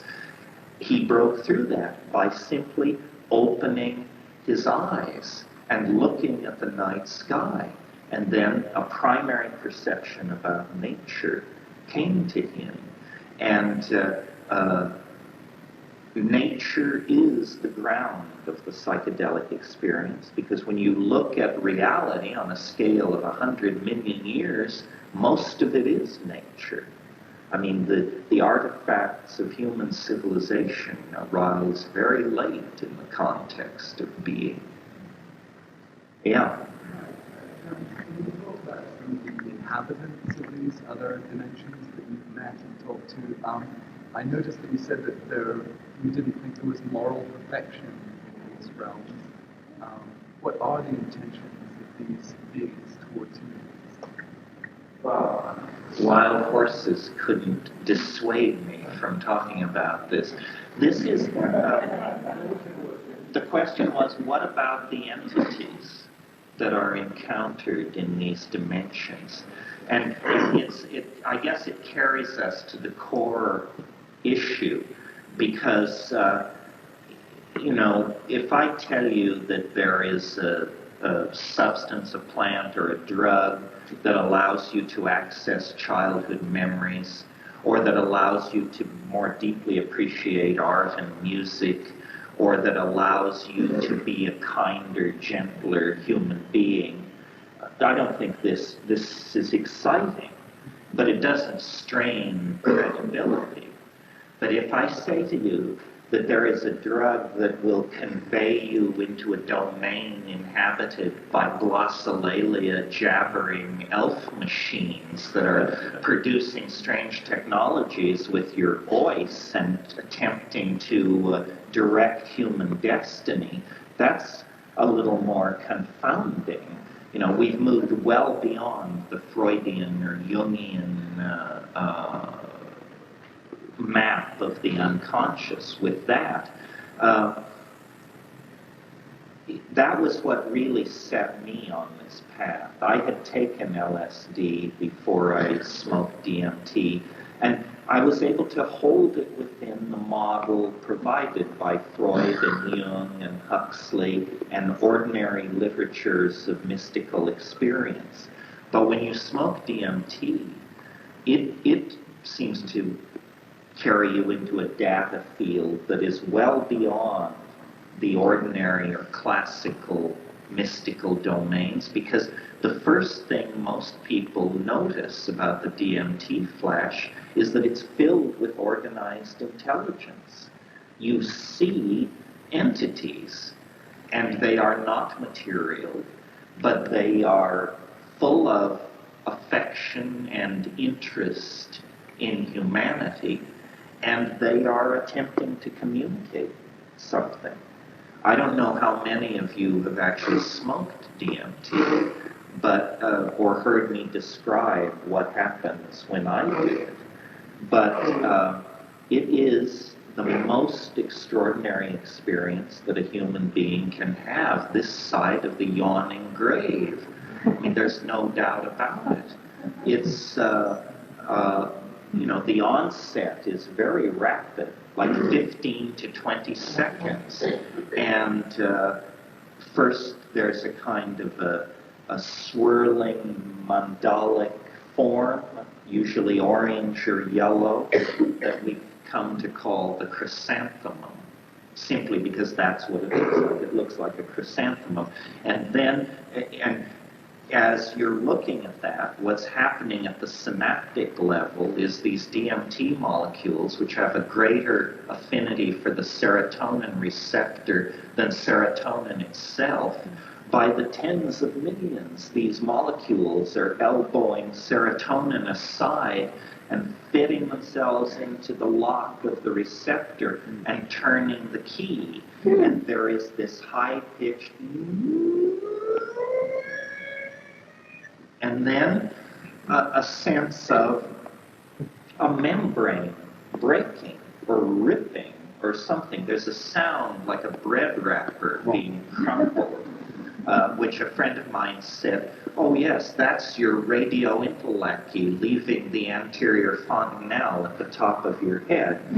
Well, maybe. It's certainly something dramatic is going on. And then you are propelled into a kind of tunnel, a kind of disystolic, fluctuating thing. And there's a lot of sucking and popping sounds, a kind of a...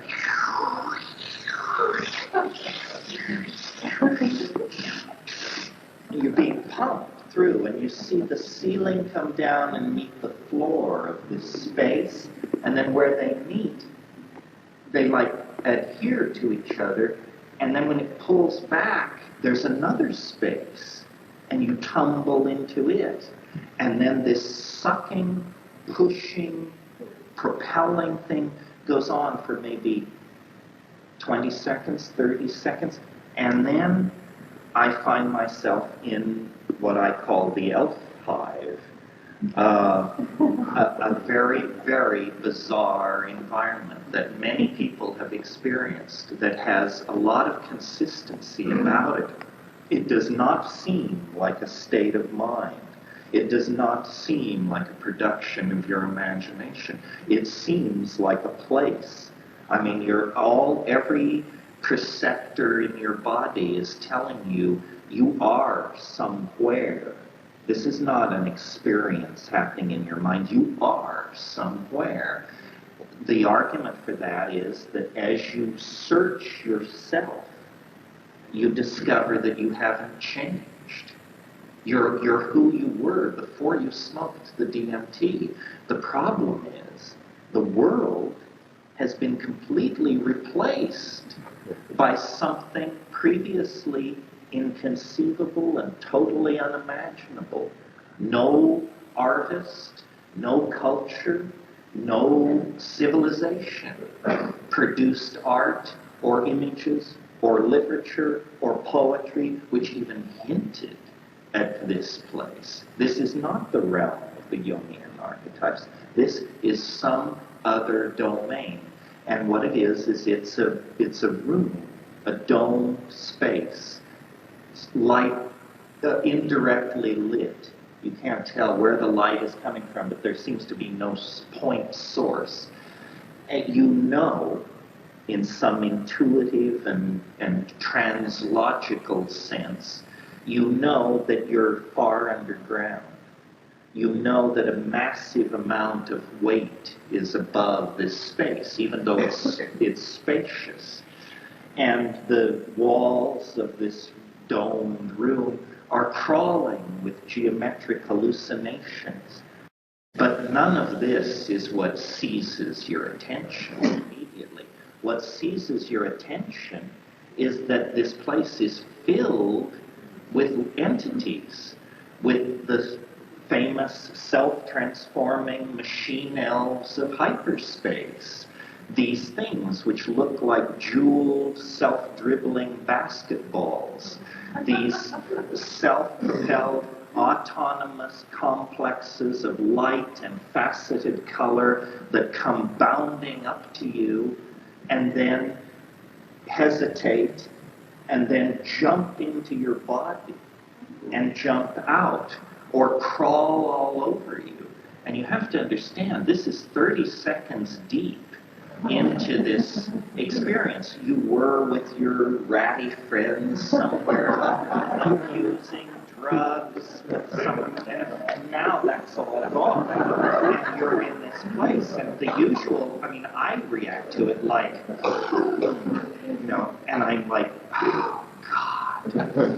You know, yes, breathing, yes, pulse, yes, breathe, breathe, breathe. And these things are saying, you know, they're dancing around in front of you and they're saying, do not abandon yourself to amazement. Do not give in to wonder, which is an almost impossible piece of advice because you're going through all kinds of changes. First of all, the question, this couldn't happen unless I was dead. You just say, you know, this is too far out. There's no, you don't go to this place and come back. So you're dealing with that, you know, am I all right? And after about 15, 20 seconds, you manage to convince yourself, you know, I'm okay, I'm all right. Meanwhile, these things are going through these transformations, geometric, mathematical transformations, and they sing. They sing. And they sing objects into existence. Objects which are like made of what looks like gold, ivory, chalcedony, smaragdine, jasper, silver, diamond, but not stable objects, not objects which hold a single complex form, but objects which are constantly morphing and changing.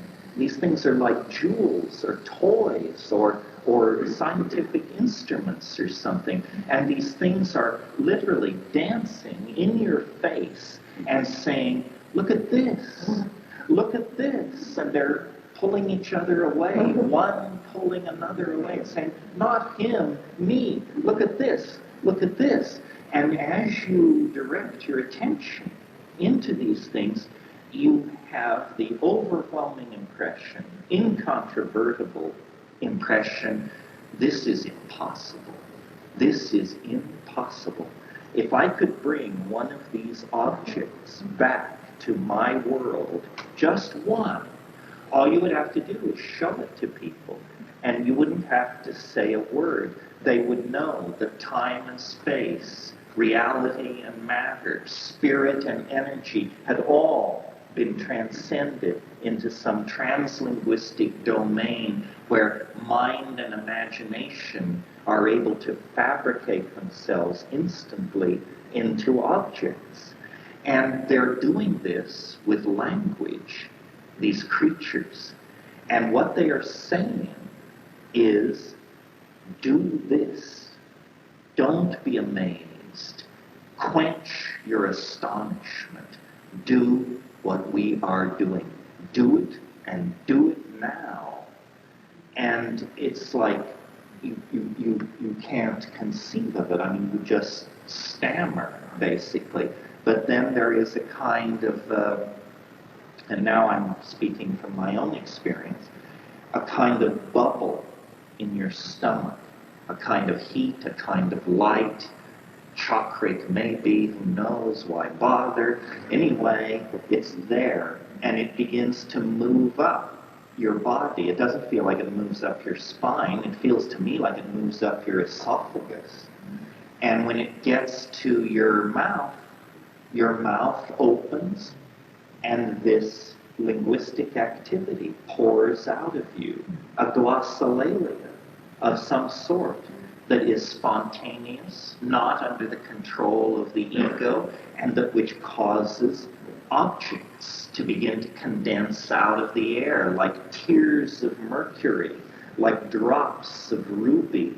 And as you experiment with it, you realize, I'm doing this. My voice is making things come into existence. And these little elf machines are just hysterical with delight. I mean, they literally turn handsprings and somersaults at this point.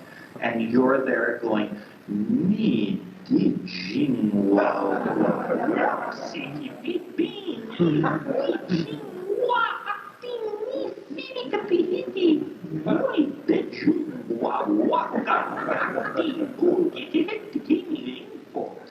And this is colors, light, faceted, metallic, crystalline, silken, watery, gelatinous stuff pouring into space and contorting itself around you. And just as you're beginning to come to terms with this, the entire state folds up on itself like a paper box folding up on itself. And it's as though it telescopes away from you. It retreats. And I've even had trips where the elf machines turn and say, "Deja vu, deja vu." A bizarre farewell, I maintain.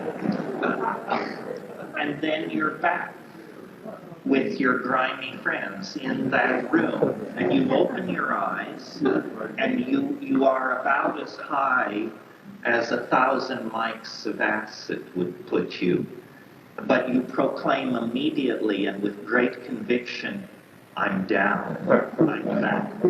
I mean, the fact that your friends all look like praying mantises is a minor detail at that point, because where you've been so much more peculiar than where you are, that you're willing to embrace it as totally ordinary reality. Just, triangular faces, compound eyes, we can relate to this.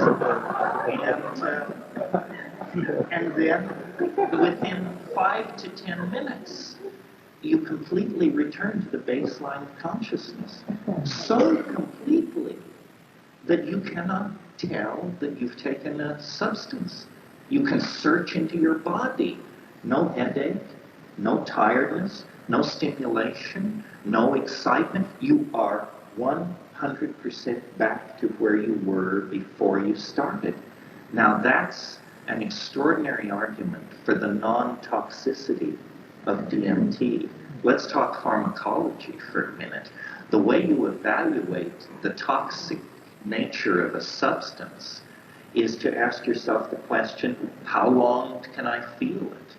If you take a drug, we don't even have to name the drug, if you take a drug and 36 hours later you're still refusing phone calls and lying around in warm baths and scheduling massages, then you took a drug that was toxic.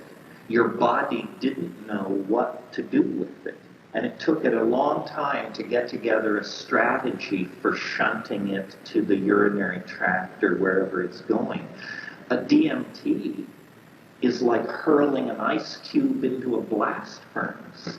It barely has a chance to exist before the body says, oh, I know, I recognize this. I can deanimate this. I can dealkylate this. I can shunt this to the urine. No problem. That is a sign that this stuff is completely benign. So is the fact that it occurs ordinarily in human metabolism. Every single one of us has DMT in our brains right now as we speak. You might note that this is the ultimate catch-22 in terms of if they ever want to take us all in. You know, they don't have to throw pot around in your apartment. Your head makes you guilty. You have a Schedule I substance in your brain. This was not known when DMT was made illegal, and it might be an interesting defense if somebody ever got into trouble. So there you have it. The most powerful hallucinogen is the most short-acting, is the quickest to return you to the baseline of consciousness, is probably the safest, is the most widely distributed in nature. And unlike LSD or in some cases psilocybin, this doesn't seem to confirm our ideas about the human unconscious, the cheerful theories of Freud, Jung, and Reich. It seems instead to imply that the universe is a system of condensed levels of manifestation that we can, under extraordinary situations, move between these levels. Science has spent the last 1,000 years convincing us that the world of physical appearances is all there is. 25 seconds into a DMT trip, and that cheerful notion has been blown to smithereens. And yet people have argued over that for thousands and thousands of years. And there it is, you know, the entities of mythology, fairyland, and dream.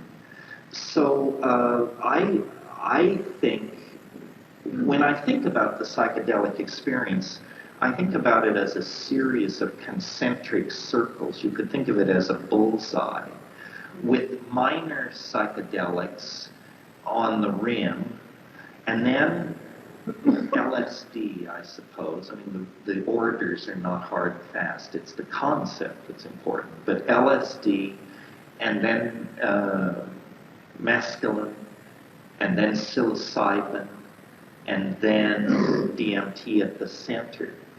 And if you take huge doses of mushrooms, you can get to places through breath control and sitting in darkness and doing pranayama. You can get to places where you look around and say, my God, it looks like a DMT flash.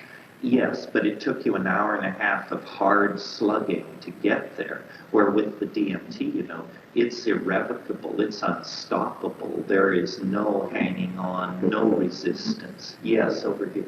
I spent a lot of time in Brazil and working in town, and it sounds like ayahuasca has some similarities. Ayahuasca similar to DMT, or what would you say about that? Yes, ayahuasca runs on DMT. What you see, here's the deal. DMT taken orally is destroyed in the intestine by an enzyme system called monoamine oxidase. It's simply the system which oxidizes monoamines, and all these drugs we're talking about are monoamines.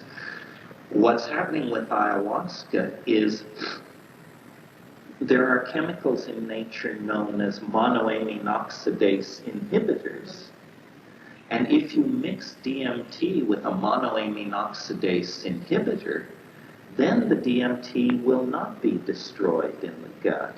It will survive the gut, and it will pass into the bloodstream and eventually into the brain.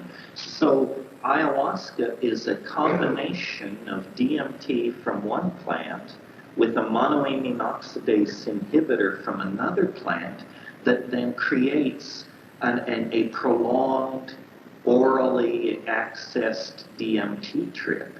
And it is certainly true that if the ayahuasca is brewed with sufficient DMT, it can be as intense as a DMT flash. The chacruna is Psychotria viridis, and that contains the DMT. The monoamine oxidase inhibitor is provided by the other plant, which is Banisteriopsis caapi, the big woody vine. I understand a lot of people are growing that vine here on Maui. That's fine. It's a fine vine, but or a fine line, I'm not sure. But what you need is the Psychotria viridis as well. So the people who are growing Banisteriopsis caapi should know that until they have a supply of Psychotria viridis, they won't be able to make good ayahuasca. However, let me say something, because this leads into it. I was just at this conference in Mexico on psychoactive plants, and the excitement there, and it's been happening at a number of these conferences recently, is people are becoming very interested in what are called ayahuasca analogs. What this means is that in most environments on this planet, there are plants which contain DMT, and there are plants which contain MAO inhibitors. And if you are of an experimentalist bent, you can create out of local plants a chemical equivalent to ayahuasca. And in some cases, these local sources of DMT and monoamine oxidase inhibitor are actually more concentrated than the Amazonian plants. So, for instance, I know of one book being written that will be called Ayahuasca Analogs, and that will contain dozens of these recipes. And I think this is going to change the tenor of the psychedelic debate considerably, because what we're going to show is that there are dozens, perhaps hundreds of plants on this planet that can be combined with other plants to create very powerful hallucinogens. And attempting to legislate and control all of this is just a fool's task, and it should be left alone. As an example, if any of you want to fiddle with this, the standard source of the MAO inhibitor is Pagamen harmala seeds. Pagamen harmala is Syrian rue. It grows from Manchuria to China in dry areas, and the 2 grams of Pagamen harmala seeds ground in a Braun coffee grinder or osterizer or something like that can be combined with some source of DMT to produce an ayahuasca analog. And you can get Pagamen harmala from seed companies, from Of the Jungle, which I mentioned, or at Iranian markets. It's a standard item in Iranian markets. It's called Hurmal, Hurmal, and if you ask for this, they'll sell you a bag of hard little black seeds. That's Pagamen harmala. Excellent source of monoamine oxidase inhibition for the home experimenter. Yes, over here, somebody. Yeah. Have you or known anyone that took too much DMT and twice, 3 times? Yes, well, I remember one incident years ago where we were in the loft of some house somewhere and doing some foreign country where it was legal, and somebody who had walked like half a mile and then run up 3 flights of stairs came into the room and saw that we were smoking DMT. And so since smoking DMT takes a certain amount of courage if you have done it before, you have to sort of be macho to get through it. So this person just flopped down on the floor, huffing and puffing, and I said, Tom, you need a hit. And he took it, and he took 3 very large hits, and he was quiet for a very long time, and then in a very small voice said, I've done too much.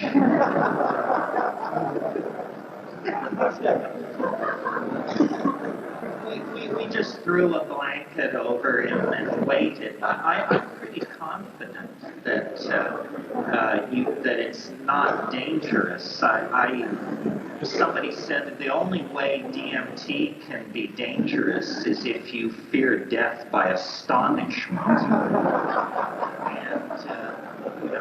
And that's a big leap sitting here, but death by astonishment is a real possibility. I mean, it is so amazing that you feel like you have broken the amazement reflex, and it's just gotten stuck. And you're saying, how awesome can something be? How blown can your mind be? Yeah. I was wondering, not necessarily about the danger, physical danger, more on the experience of it. Is it more in that room than you were ever, or longer lasting, or different? It's more in it. Like, for instance, on psilocybin, you hear a teaching voice, the mushroom voice. And sometimes, this is me, I don't know if other people do this, but I've noticed in psilocybin there's a certain place about an hour and 30 minutes into it, which I call Elfland. And it's not that there are elves there, it's that when you pass through this place, if you have had enough experience with these things, when you pass through this certain place in the psilocybin intoxication, you know that elves could be there.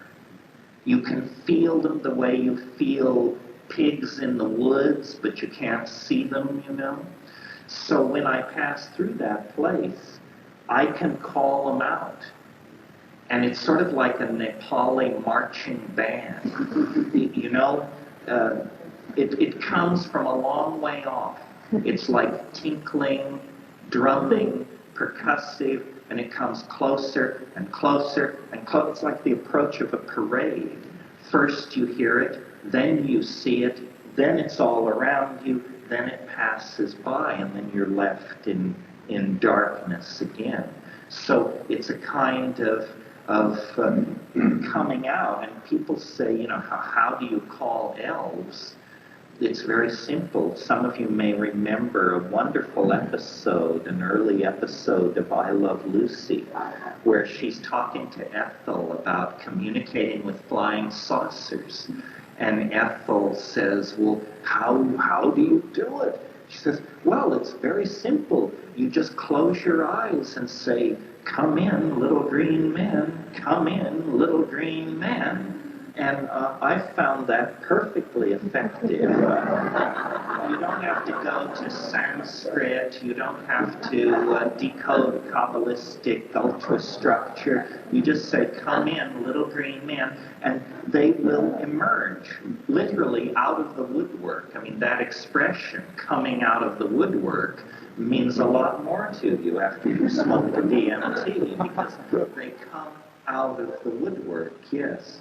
Back here, yeah, here. It occurred to me after experience with DMT that there possibly would be a correlation between near-death experiences and alien abduction experiences. Have you thought into that, or do you think people are kind of breaking through into that area without being? Well, that's an interesting question.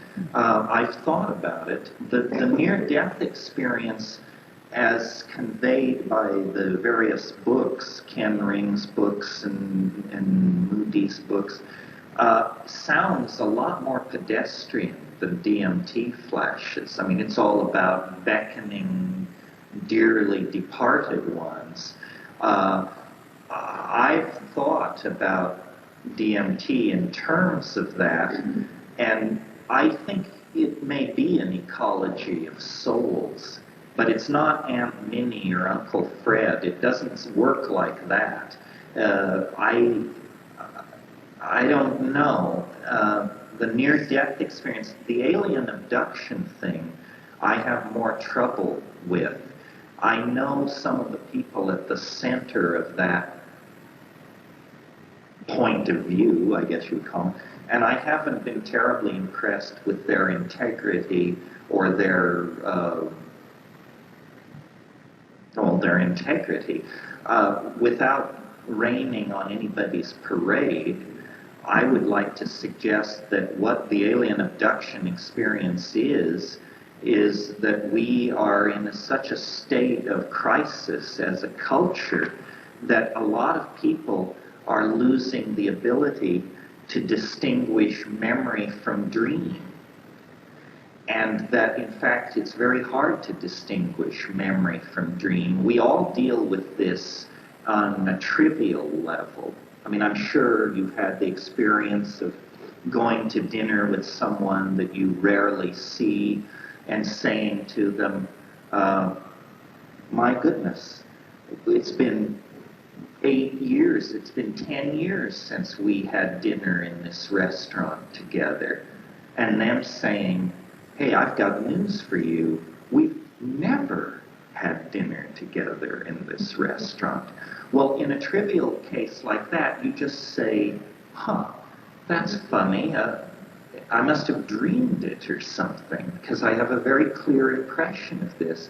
But if it's an alien abduction, then it becomes much more problematic to know where to locate it. I am very resistant to, what you have to know about me is just because you're a nut, it doesn't mean that you're open to other nuts.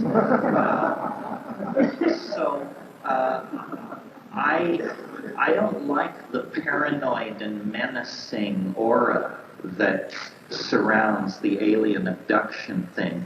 And as I say, the personalities in the UFO cults are squirrely without a doubt. I mean, these are not people that you would enjoy spending time with.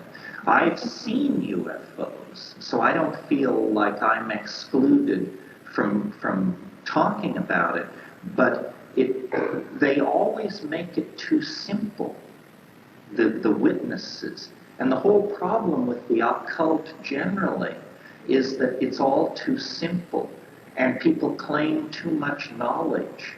You know, people say, well, on the 11th level, the princes of the 5th chakra are involved in working with the violet energy of the this. How the hell can anybody say this kind of stuff? I mean, it's just theosophical baffle garb. The whole point is that you don't know exactly what's going on. The thing I like about psychedelics is that if you're not on them, weird shit isn't happening. I mean, I don't want to go into a boundaryless world where I'm channeling this and channeling that and manifesting something else. People say, can't you achieve these states on the natch? Well, yeah, you can if you're crazy as a shithouse owl, but who would want to? You know? I mean, the whole point is that these states are not invading ordinary consciousness. I mean, if I woke up some morning and discovered in my morning meditation that I could trigger a DMT flash, I'd get professional help well before breakfast, you may be sure. The goal is not to access these places on the natch. I mean, that's nuts. It's like trying to fly by flapping your arms. They're just as real when you access them on DMT as when you access them any other way. I don't know what it is with the... my rule, which is Occam's razor, familiar to any of you who studied logic, is hypotheses should not be multiplied without necessity.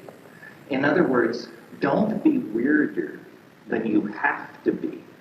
based on what you know and experience. Because that's weird enough if you're doing your homework.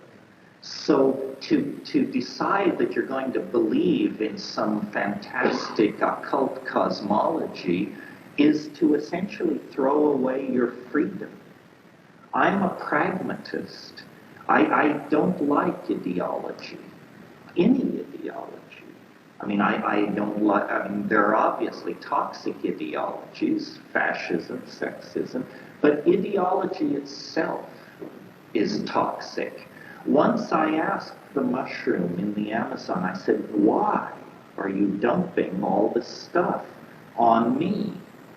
Why me?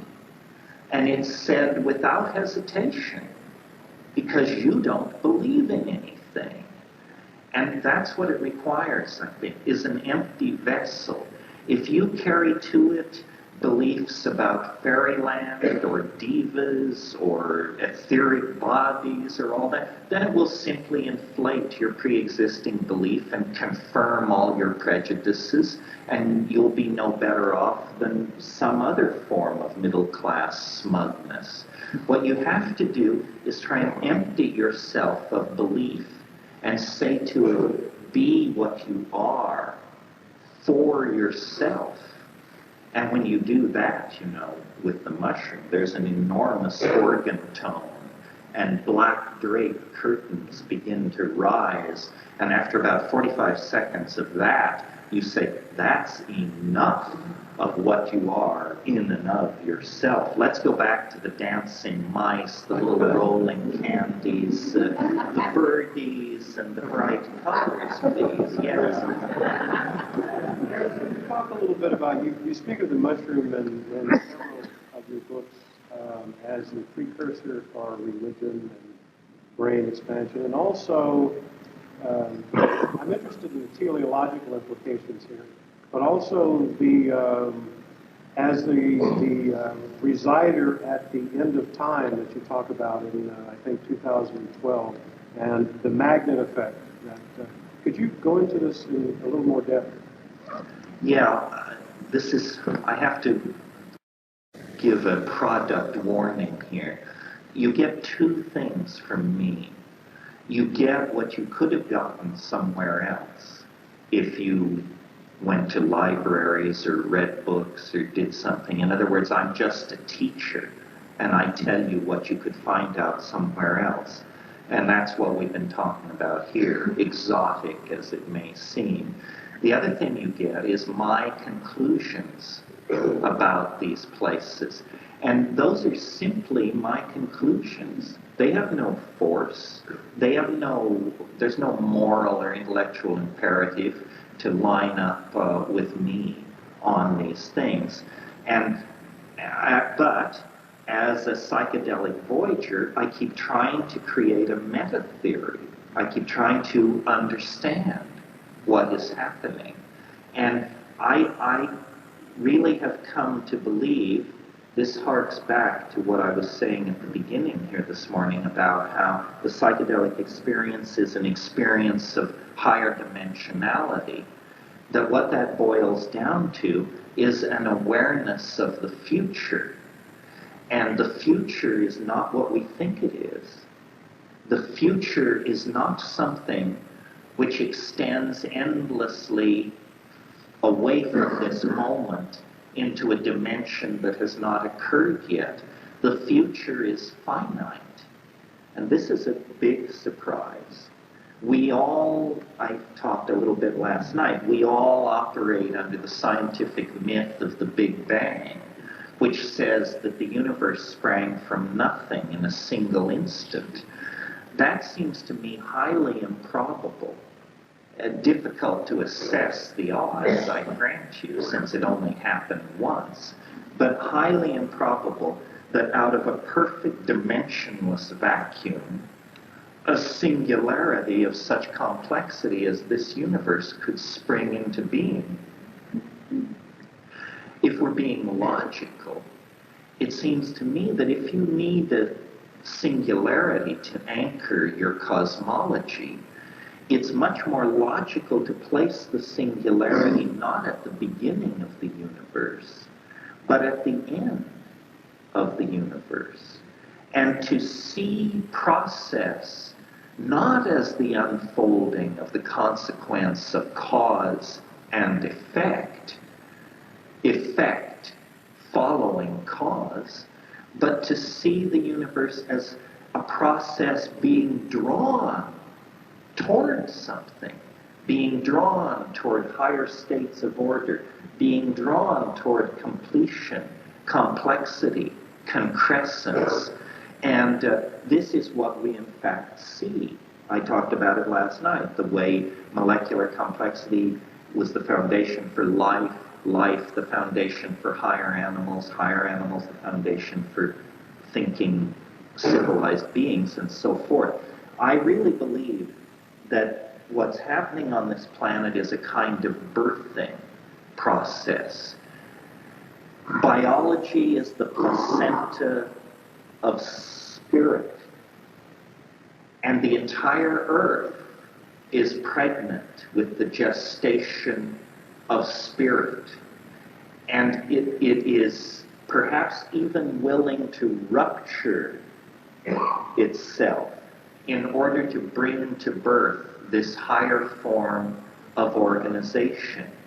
And in the same way that birth, that the process of the gestation and birth of a child takes a long time, but it's very dramatic in the last few hours, that's where the action is, because that's when the child moves into the birth canal, and convulsive tremoring begins, and the uterus expels the child into another dimension.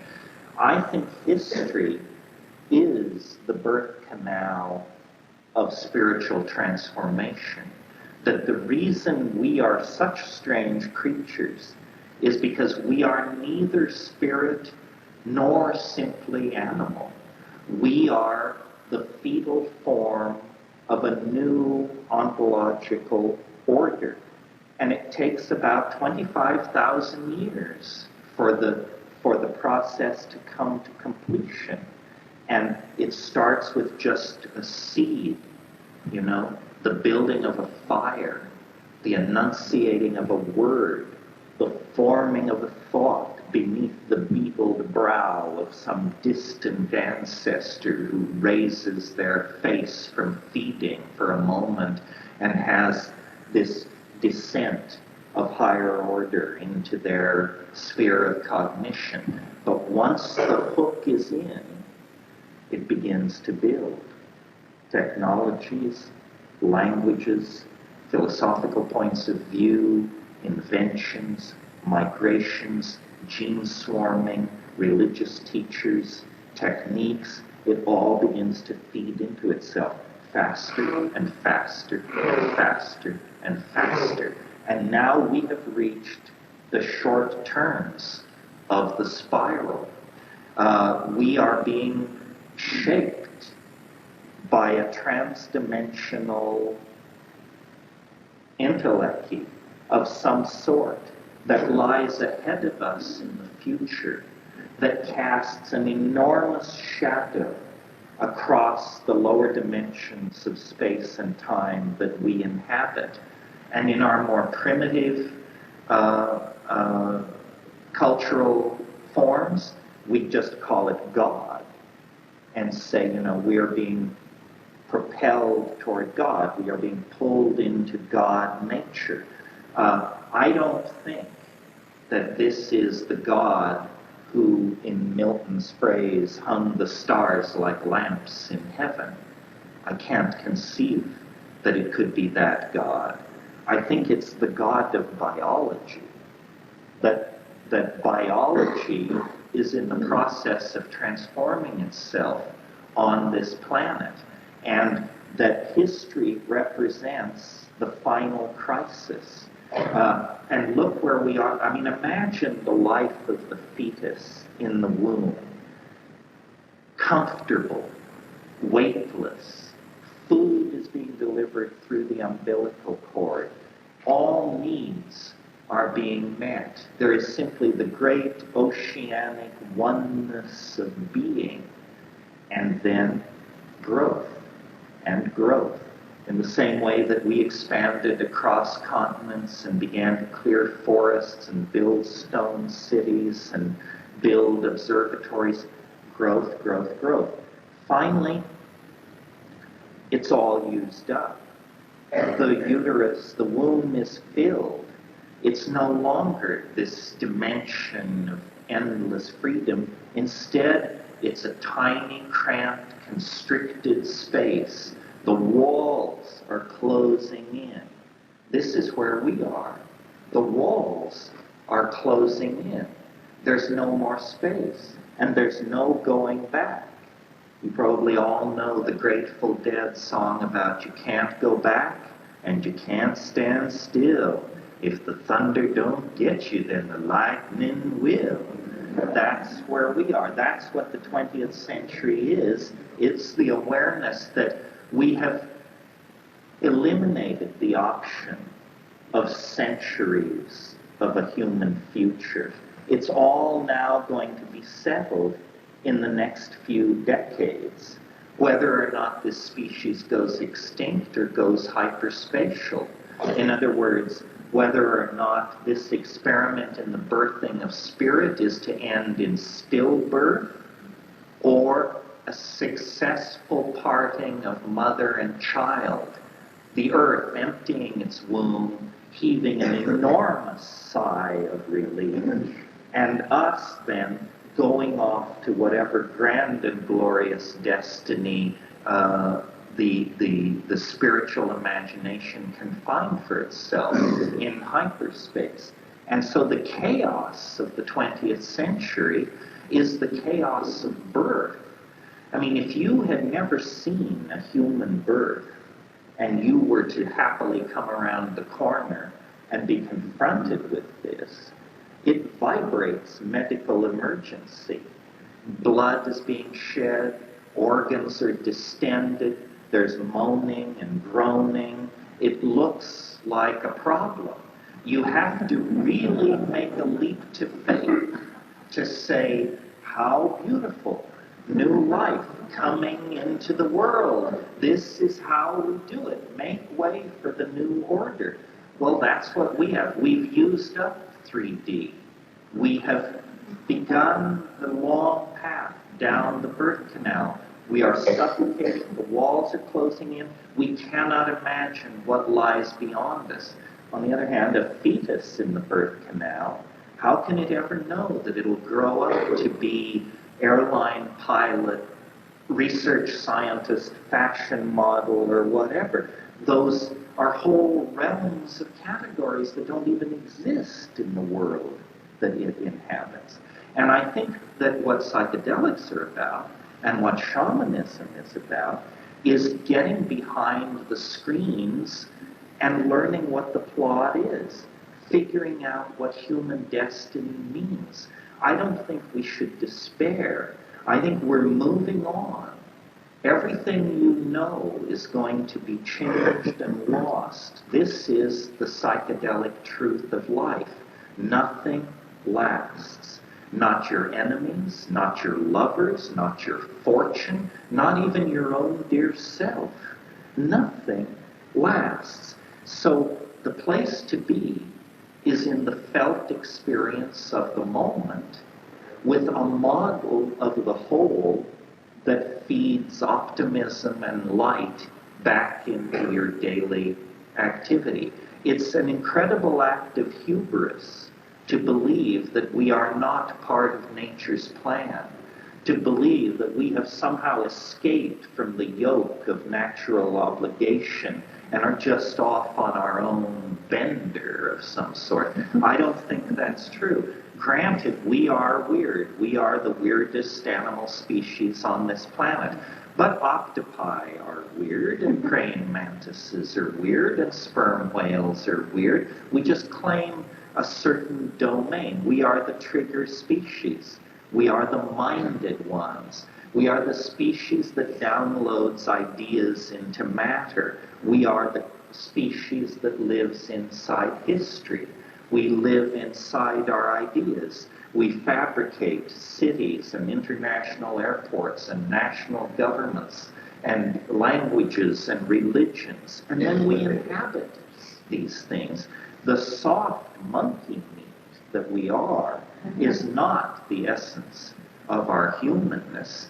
This vast coral reef of technology and information transfer devices and paved highways and all this, this is the human world that we have created. We have downloaded ideas into three-dimensional space, and we've discovered that three-dimensional space can only take so much of this downloading of structure out of the imagination and into the world. And I think now we're going to the place where the ideas come from. And the shamans, for 100,000 years, have looked out over the landscape of time and seen history and seen that it comes to an edge. And beyond that steep edge beat the oceans of transdimensional eternity. And we are now being swept toward that. We cannot remain in the womb forever. It's inconceivable that we could try to manage human society on this planet for another 1,000 years. We have raised expectations in people that cannot be met if we extract every drop of petroleum from the planet, if we fabricate all the metals into junk. We still cannot give everybody a middle-class lifestyle. So something else is happening. We are preparing for a leap into hyperspace. You know, the French have an expression which means to step back before you leap. This is what the 20th century is. The world of the Edwardian gentleman, the mathematical dominators, the print heads, the object fetishists, all that, that's the 19th and early 20th century. Since about 1925 on, we have been circling around the problem of hyperspace, the unconscious, the Jungian archetypes, the psychedelic experience, the unspeakable. It has many names, but we have been butting our heads against it and gathering ourselves. There was an attempt in the 60s. It was premature. It's like one of those contractions where you say, it's coming, the baby's coming, it's coming, and then it doesn't come because the contractions fade away, and it turns out, no, maybe the next set of contractions will bring the baby. And that's where we are now. And we need to learn from the 60s and from the past. But I think psychedelics are central to our cultural evolution, and I think that's obvious because mind is central to our cultural evolution. If the expansion of consciousness is not what the future is about, well then what kind of future is it going to be? Is it going to be a progressively more brutish, regimented, fascist, mechanistic, organized and totalitarian future? I fear so, if we don't honor the mind, celebrate diversity and complexity, and psychedelicize ourselves in an attempt to do it as your question implied and I responded. You can predose with the MAO inhibitor and then take the tryptamine. What we developed in the Amazon that we really enjoyed doing was taking mushrooms and about 2 hours into the mushroom trip, smoking the bark of Dinosaurs caapi, smoking the bark of the ayahuasca plant. Well, that contains an MAO inhibitor. And if you just took a couple of drags of this MAO inhibitor with your system saturated with psilocybin, it would immediately dial up the brightness of the hallucinations, and for about 25 minutes. And then it would go back to the normal level, and then you could take another hit and do it again. And you could do this 5 or 6 times in the course of a night. We called it vegetable television. And it was wonderful because the hallucinations were very colorful three-dimensional, highly engaging, but not overwhelming, you know. I mean, there are two kinds of hallucinations, at least. I mean, there are more than two, but I want to distinguish two. There's hallucinations that you look at, and there are hallucinations that you become. And one turns into the other. You know, if you take a high dose of psilocybin or ayahuasca or DMT, first you see the hallucinations, and then you become them. I think this thing I described on Salvia Divinorum, where I said I was not only seeing weird stuff, but it was coming up behind me and beginning to mess with my mind. That's the beginning of the hallucinations leaving the realm of something you look at and actually turning you into a hallucination. Yeah. The hallucinations are a very visual thing, and that's how we explain them. I'm wondering if you've ever had the experience of doing DMT or any other hallucinogen with a person who's been blind from birth and how they would describe that. No, this question was asked last night to people blind from birth. It would be an interesting experiment to do, because what it would tell you is whether the hallucinations are generated in the optical pathway or in the deeper brain. I suspect they're in the deeper brain. Yeah. Over here. Yeah. Do you think that the regurgitation and vomiting that comes with ayahuasca actually has a positive effect on, in my way of thinking, I think it's like clearing out old clogged circuits of circuitry? Yeah, it's a purgative. I mean, the great thing about ayahuasca is that it addresses the whole body, not just the mind. And it does clean you out. And it makes it easier to take ayahuasca in the future then, because usually the first trip is the roughest in terms of the vomiting. The vomiting is caused by the harmine, which is an emetic at the MAO inhibiting level. Not everybody vomits, but in Peru they place a cultural value on the vomiting, and so they always try to vomit. Yeah. You make frequent references to phenomena existing in hyperspace. Could you differentiate hyperspace from cyberspace? Well, cyberspace is the attempt to create hyperspace through technology, through virtual reality or through computer networking or something like that. On one level, culturally, what we're doing is we're hardwiring the human unconscious. Much of the world is now under the control of machines. The world price of gold is set each day by computers that make calculations based on many, many parameters that are being measured, interest rates and the rate of the production of raw materials. Many things are under the control of machines, and machines are psychedelic. I mean, I'm not an anti-technologist. I think drugs are becoming more like computers. Computers are becoming more like drugs. If the materialist pharmacologists are correct, then it should be possible to design a drug which causes you to whistle the first 10 bars of Dixie, and that's all. In other words, if thoughts can be molecularly specified, then it should be possible to design drugs which are like newspapers and tell you what happened in the world in the last 24 hours. Now, we may be a long way from that, but that's the end goal of reductionist pharmacology. Yeah. You mentioned the space on psilocybin where you could call in this elves, and is there other signposts along the way, like a matrix or a feeling that you can steer your way through after having been there many times before? There are a lot of recognizable directions and forks in the road that you want to follow, or others you want to stay away from? Well, it's a topology. I mean, it's a shifting topology. I can only speak for myself. I'll tell you how I do mushrooms. I do them on an empty stomach. I don't eat for 6 hours. I don't call that fasting. I just call that emptying your stomach.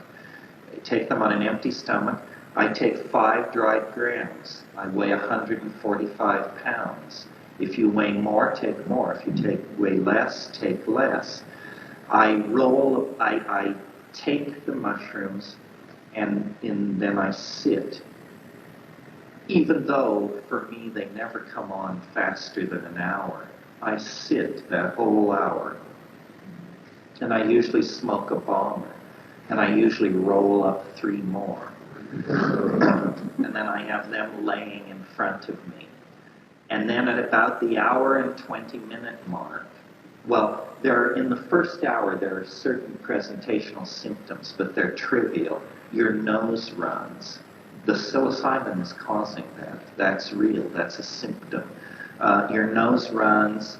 Sometimes you have to go to the bathroom. Get all this taken care of in the first 45 minutes. Then sit there. Then for me, at about the hour and 20-minute mark, give or take, not more than 5 minutes, it begins what's called streaming. Streaming is when you close your eyes and there are after-image colored globs of stuff floating by, either colored mauve or chartreuse. It's pretty trivial. But you just watch. And part of what you have to train people to do is, it's weird, people don't know how to look at the back of their own eyelids. People don't know how to look at darkness. And so what I say is close your eyes, sit in darkness, and watch the back of your eyelids with the simple expectation that you might see something. You know, close your eyes and look. Well, then the streaming gives way to the first wave, which is usually pretty steep. I mean, I've had trips where I could see it coming toward me, you know, and it was 100 miles wide and 10 miles high, and it's just like a tidal wave, and you say, oh my God, you know, what have we done here? Raise this thing up, and it's just roaring toward you, and there's nothing you can do then, except I just say to it, you know, I'm yours, please don't hurt me. Please, for Christ's sake, don't hurt me. And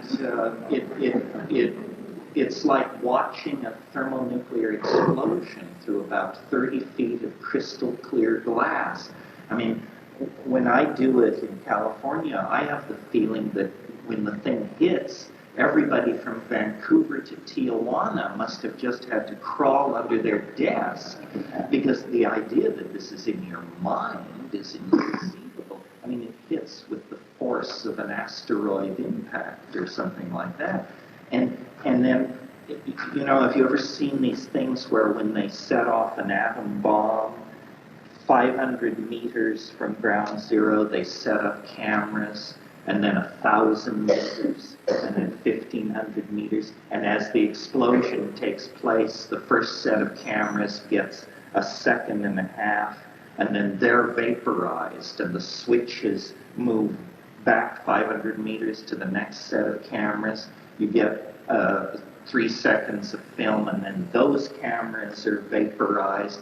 Well, that's what it's like. It just keeps exploding the perceptor, and finally, you know, in a sense, you lose consciousness because you can't say what goes on. It's just so extraordinarily boundary dissolving that there's no there, and there's no you there to tell you about it.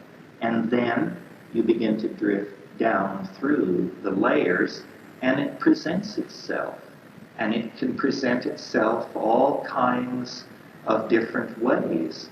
I remember one trip I had, I think it was this same trip, the 100 miles wide, 10 miles high thing. This wave came at me, and I barely had time to lay down.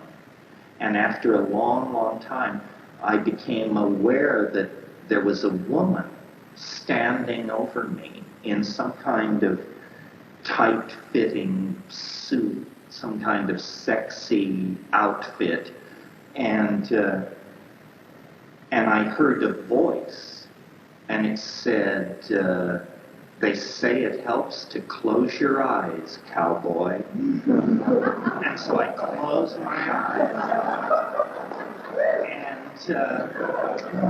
And it was just raging. And then after about 30 seconds, I opened my eyes, and this woman who was standing over me with my body between her legs, put her face right down next to mine and said, "Is it strong enough for you, asshole?" And I said, "Yes, it's strong." So, the humor of the thing is amazing. It can come at you so many different ways. And then the conversations take place. And they can be anything.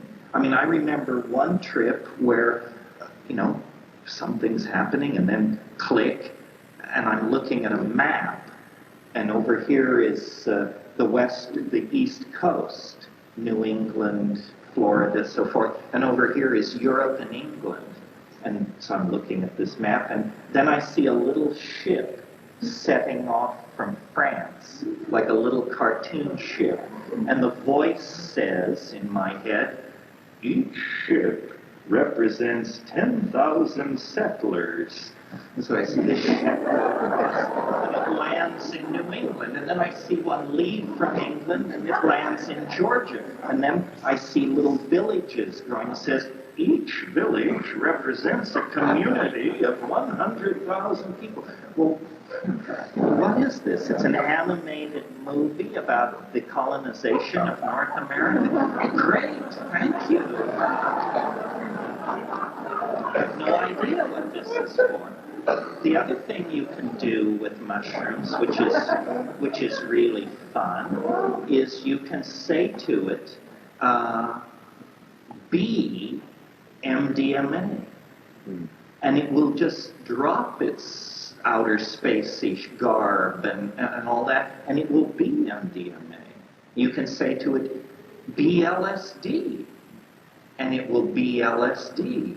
And then, as I said, the scariest thing to say to it is, "Show me what you really are for yourself." And at that point, it just begins to come apart, and you can't stand it. After 40 seconds of that, you say, "I'm sorry I even asked. Reassure me."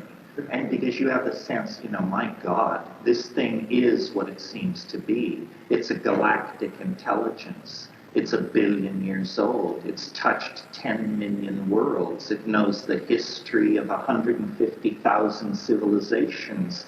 It's beyond your possibility of conceiving, and why it is communicating with an organic atom like yourself is not entirely clear. Its essence cannot be assimilated. It guards you from it. It protects you. And one thing I've always noticed about mushrooms is how incredibly kind it is to beginners. People almost never have bad trips early on in their involvement with it. It's once you trust it and it trusts you, then it says, how far do you want to go? How far do you want to go? And this is here on a place like Maui, where there's a lot of spiritual disciplining going on and a lot of stress on conscious growth, it's worth talking about this. I have the impression from psilocybin that if you truly want to be the monk on Cold Mountain, this is the way to do it. You can do it. With all these other spiritual disciplines, yoga, diet, mantrayana, the whole bit, everybody drives with the accelerator slammed to the floor. That's the only way to make progress in those disciplines, is work at it like a dog, and maybe you'll get somewhere. Once you come to psychedelics, you get a lot of interest in locating the brake pedal. The breakthrough becomes central to the enterprise. It's no more about how can I move faster toward my spiritual goals. It's all about how can I prolong this so that it lasts a lifetime before I become incomprehensible to everybody who knows me. And if you wish that, if you truly feel drawn to sagehood, then all you have to do is take mushrooms a lot. You know, I take them every few months. Some people take them every few weeks. Take it 3 times in a week at the 5-gram dose, and you will have to make decisions about what you want to do with your life, because I've noticed when I take it in the Amazon, the perception that you really have to discipline yourself to resist is the mushroom says, you know, go into the forest, take off your clothes.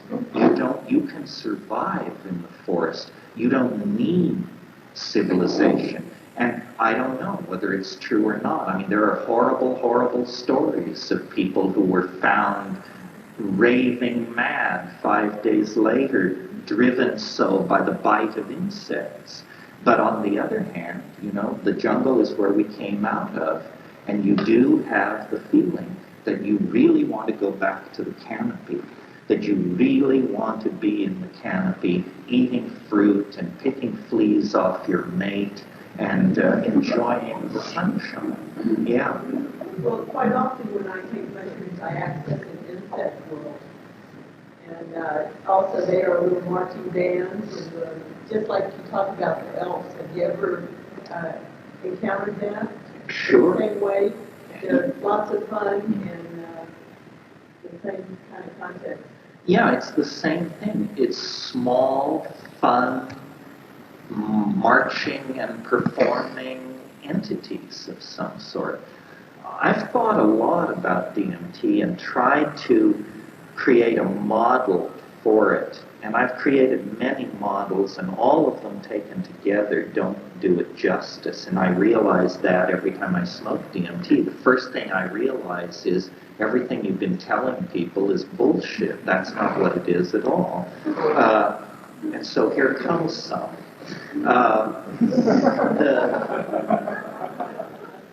As I rock it, the archetype of DMT is the archetype of the circus. And here's why. The circus is about clowns. It's about a circle of light. It's about a dome, a tent. And under the big tent and in the circle of light, the clowns perform. And a circus is a wonderful place to bring children. But a circus is more than clowns under the big tent. My own first awareness of Eros that I have is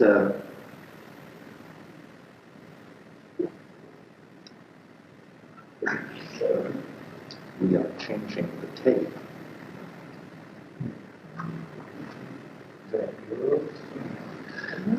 The first awareness of Eros that I can remember for myself was when I was about 3. My parents took me to a circus, and there, high above the center ring, hanging by her teeth in a tiny spangled costume, was the acrobat lady.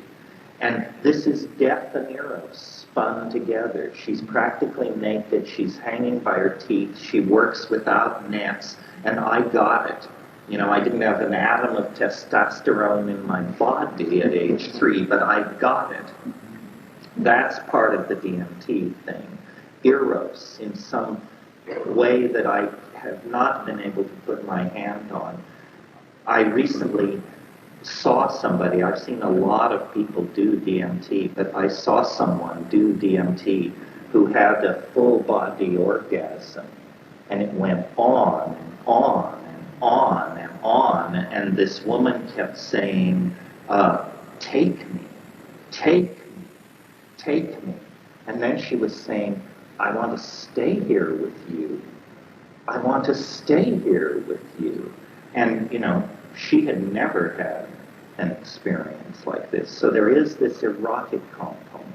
But the circus is more than the acrobat lady and the clowns. It's also the sideshows, the thing in the bottle, the goat-faced boy, and the fat lady, and all of that. And that's there too, the weirdness of it all. I remember I grew up in a small Colorado town, and every 4th of July, the carnival would come. And we, the children of the town, would look forward to this. And then when the carnival came, our mothers would not let us play outside as late at night as we used to be able to, because carny people are strange, you know. You don't know where they came from. They probably don't have the same morals and ethics as the townsfolk. They entertain us all for a few days, and then they pack up all their stuff and go away, and it's like they were never there. And every kid worth his or her salt wants to run away with the circus. So I really think the circus is one fitting metaphor for what DMT is. There are other metaphors. I mean, when I go in there and treat with those elves, I have the feeling that they love me, they're fun, we're having a good time, but you don't want to take your eye off the ball. This is no place to let down. And I've asked myself, where in the past have I had this strange feeling, this mixture of friendliness but possible risk, cooperative dealing with danger in the background? And I recalled in the mad folly of my youth, I used to smuggle gold from Laos to India. And I would take this gold, these gold bars, kilo gold bars. It was when gold was much cheaper, I should say, and I could afford kilo gold bars. Strapped to my body, I would go to the Crawford Market of Bombay and buy hash for whatever purpose. And going to the Crawford Market and dealing with these Muslim hash dealers, you know, you're my friend, come in. I had the same feeling that I had with the DMT. It's, we are your friends. He said, I am your friend. I'm not like all the others. Great, Ahmed. I'm glad you're not like all the others. They're mean traders, is what these things are. They want you to give them a meme. Do you know what a meme is? A meme is the smallest unit of an idea. In the same way that we are made of genes, ideas are made of memes. A meme is like, anti-Semitism is a meme. M-E-M-E. Communism is a meme. The bikini is a meme. A meme is an idea, or the smallest unit of an idea. These guys are meme traders. And what they want is ideas, human ideas. They collect them the way you might collect a carved mask if you went to the Sepik River region of New Guinea or something. And what they trade are trade goods. These things they were showing me. The look at this, look at this. Those are the equivalent of combs, barrettes, baubles, and small mirrors. The kind of stuff I take to the Amazon to give to the Indians. They're saying, wouldn't you like this? Give us a line of poetry. Or how about a mathematical equation? Or something like this. They are traders in memes. They are also,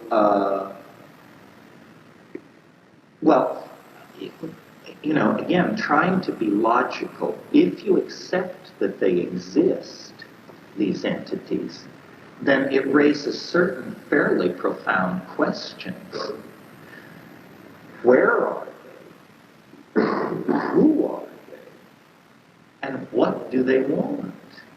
If you accept that these are real entities, real beings, well, trying to be logical about it, it seems to me there are a fairly limited number of choices. They are extraterrestrials of the classic, we have been studying you for 50,000 years, we have come to correct the gravitational, that kind of extraterrestrial, extraterrestrial, evolved around another star and came here by some technology. They are either extraterrestrials or they are time travelers from some future so distant that this is what human beings have become, things made out of light that look like self-dribbling basketballs, which means they must be at least 50 years in the future.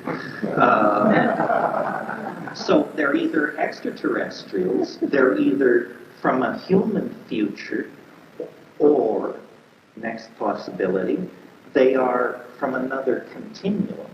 In other words, they didn't come from a distant star, they came from another energy world somewhere that is, in practical terms, nearby.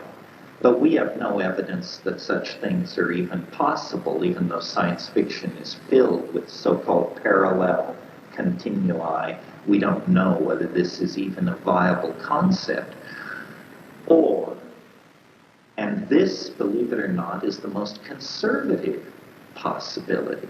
If we accept that these things exist, if we accept that they have an intent to communicate with us, and can in fact communicate with us, if we accept that they have a deep interest and affection for humanity, then it seems to me the most logical and conservative position would be these are human souls.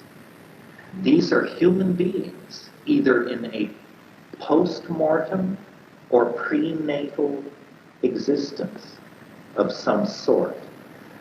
This, I never would have thought that I would be pushed to this, but I took DMT to the Amazon years ago and gave it to ayahuasqueros that I respected. And they just say, well, you haven't been listening.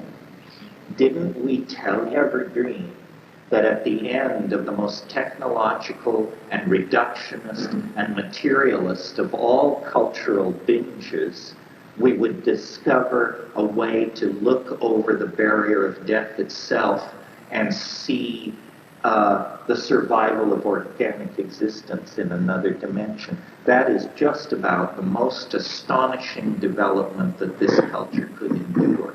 Far more astonishing than having visitors from Zenebel Ganubi land at UN Plaza and start handing out technological gimmicks. And yet, this is what shamans have always believed for 100,000 years. This is the generally accepted belief about these entities. It just doesn't happen to be generally accepted in the high-tech industrial democracies infected with the meme of science. There, this idea is outlandish. But the people who take these things in the rainforests, in the Oaxacan mountains, for them, it's perfectly obvious that this is what it is. And as I said, I was raised Catholic. I spent a huge amount of time desacralizing myself, reading Camus and Sartre and Nietzsche and Husserl and Merleau-Ponty and positivists, and dabbled in Marxism and was a hardcore materialist.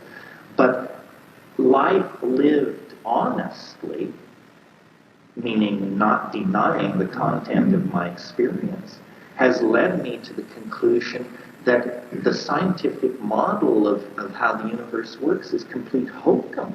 I mean, it's fine for predicting the charge of the electron or how to land an artillery shell on somebody's head, but when you talk about, what is mind, What is life? What is intelligence? Science has nothing to say about this. Science is a strategy for solving simple questions. Shamanism is a strategy for solving very, very complex questions.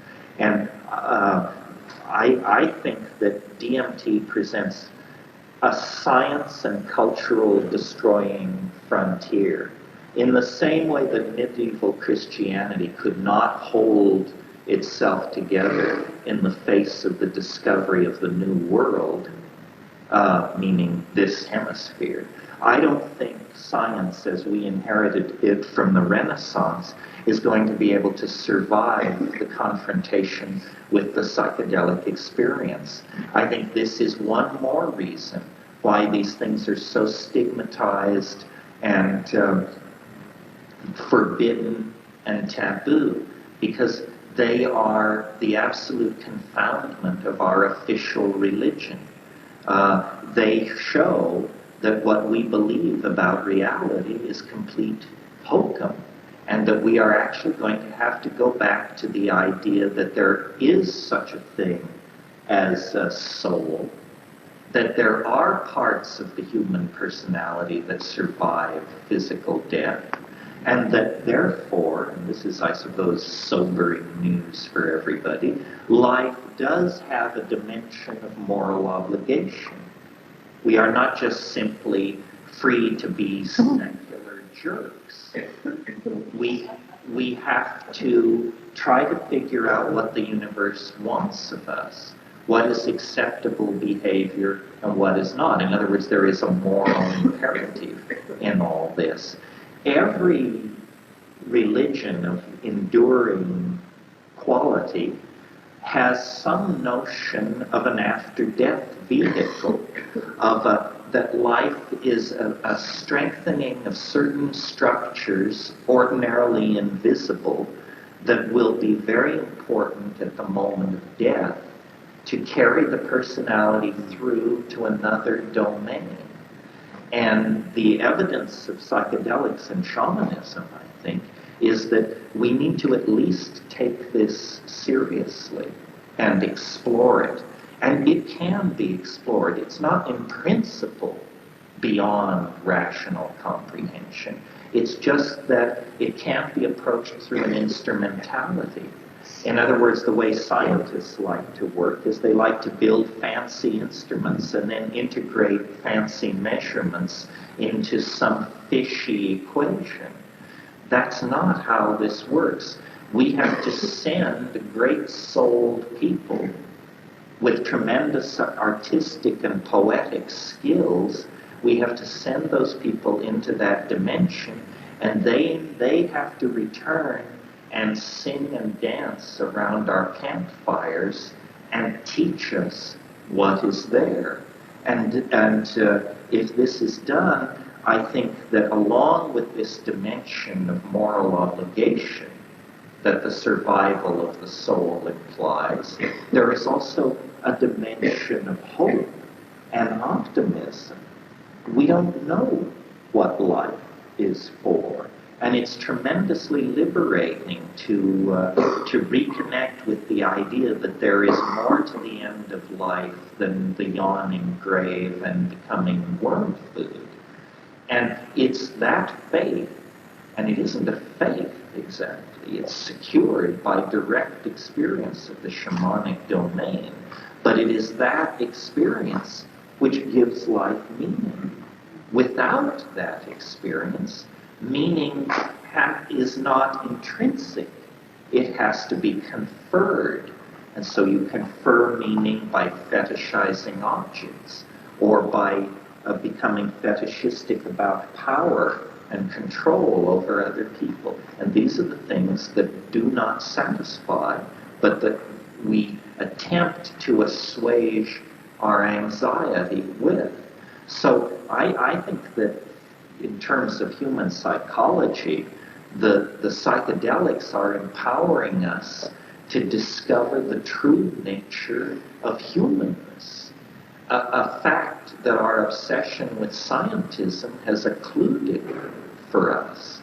And this is incredibly important for the culture, because frankly, I can't tell whether we're going to survive our history.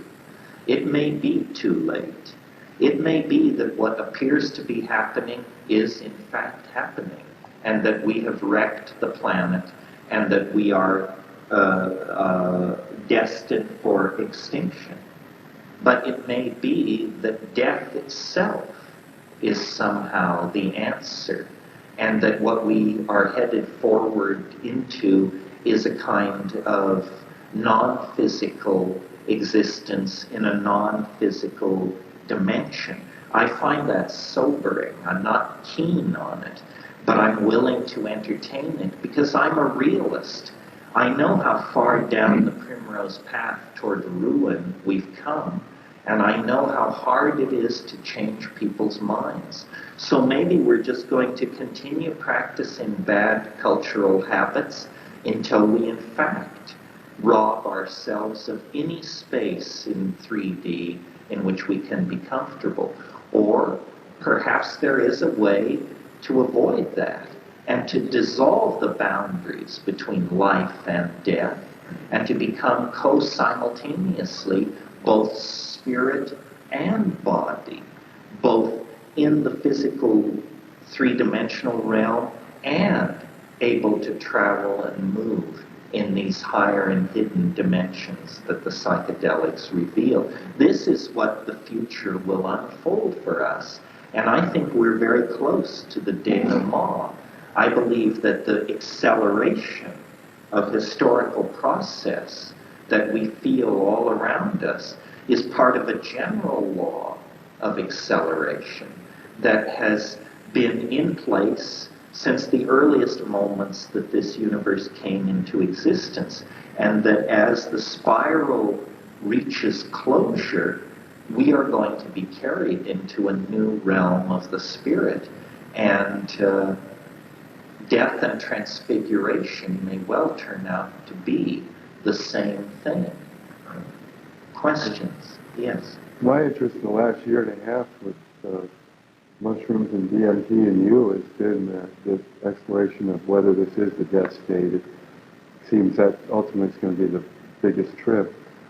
When I did 5 grams, I got a message that I would have a choice to stay infinitely alive within my imagination, or the other choice was just non-judgmental, just to go to sleep. And the idea of staying awake forever in the imagination biologically had a kind of a tiring feeling to it.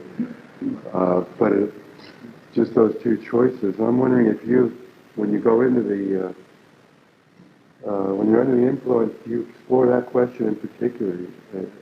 And have you gotten answers about it? No, I do explore that question in particular. Staying alive forever in the human imagination is a very interesting concept.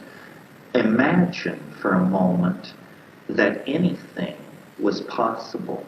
Imagine, for example, that the laws of physics were suddenly replaced with the laws of the imagination. Well, that's a very interesting meditation, because it starts out, at least for me, I think, well, if I could have anything, what would I have? Or what would I like to have if I could have anything? So it begins modestly. I would somehow transfer the Vatican Library to Versailles, and I would live at Versailles and have access to the Vatican Library and all other books and works of art that have ever existed, and I would walk in a garden. But then I start thinking like this, and I say, no, but the question was, what would it be like if it could be anything? Why would you want Versailles? Why would you want the Vatican Library? If you could have anything. And you realize our imagination is completely constrained by the laws of physics. What would we become if we could become anything? I mean, if I could snap my fingers and you were omnipotent, what would you do? The first thing I would do is I would fly. I would just leap about 300,000 feet in the air and give the cowboy yell. But then you would realize, the entire universe is now your bubble. You can cross the galaxy in the wink of an eye. You can journey back to the Big Bang in the time it takes to think about it. There is no civilization in the history of the cosmos, no work of art, no ecstasy, no experience that is denied you.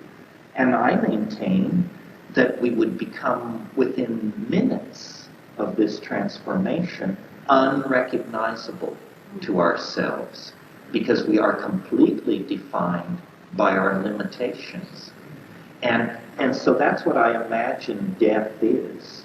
It's the discovery that you can be, do, see, think, and feel anything. That you have been defocused from the point in space and time where your identity intersected a knot of meat, which is your body. And that knot has now been untied, and you are flowing back into the infinite holographic ocean of all possibilities.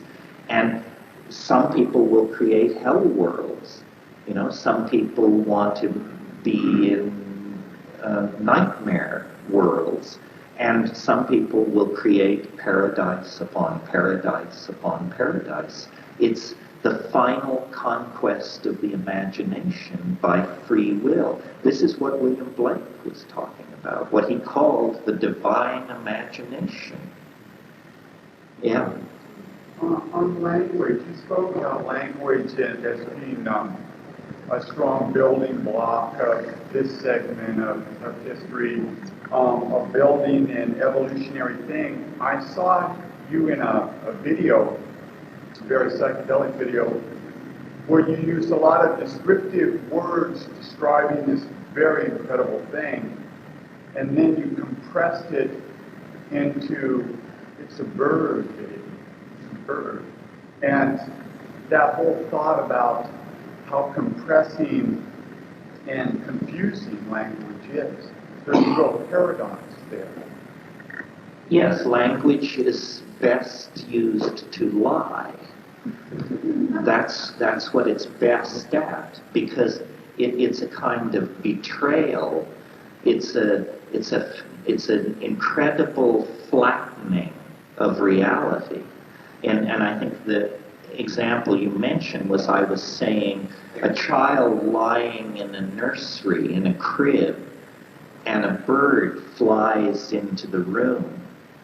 And for the child, this moving, fluttering thing of light and sound is a miracle that has many, many dimensions to it. But the child's mother then comes into the room and sees what's happening. And she says, "It's a bird. It's a bird, baby. Bird." So what happens then is this mysterious, irreducible complex of light and motion is changed into a word. And the word is like a little tile. And that word is affixed over the bird and now covers the bird. And by the time you're 6 years old, you've been handed enough of these small tiles that everywhere you look, it's seamless tiling.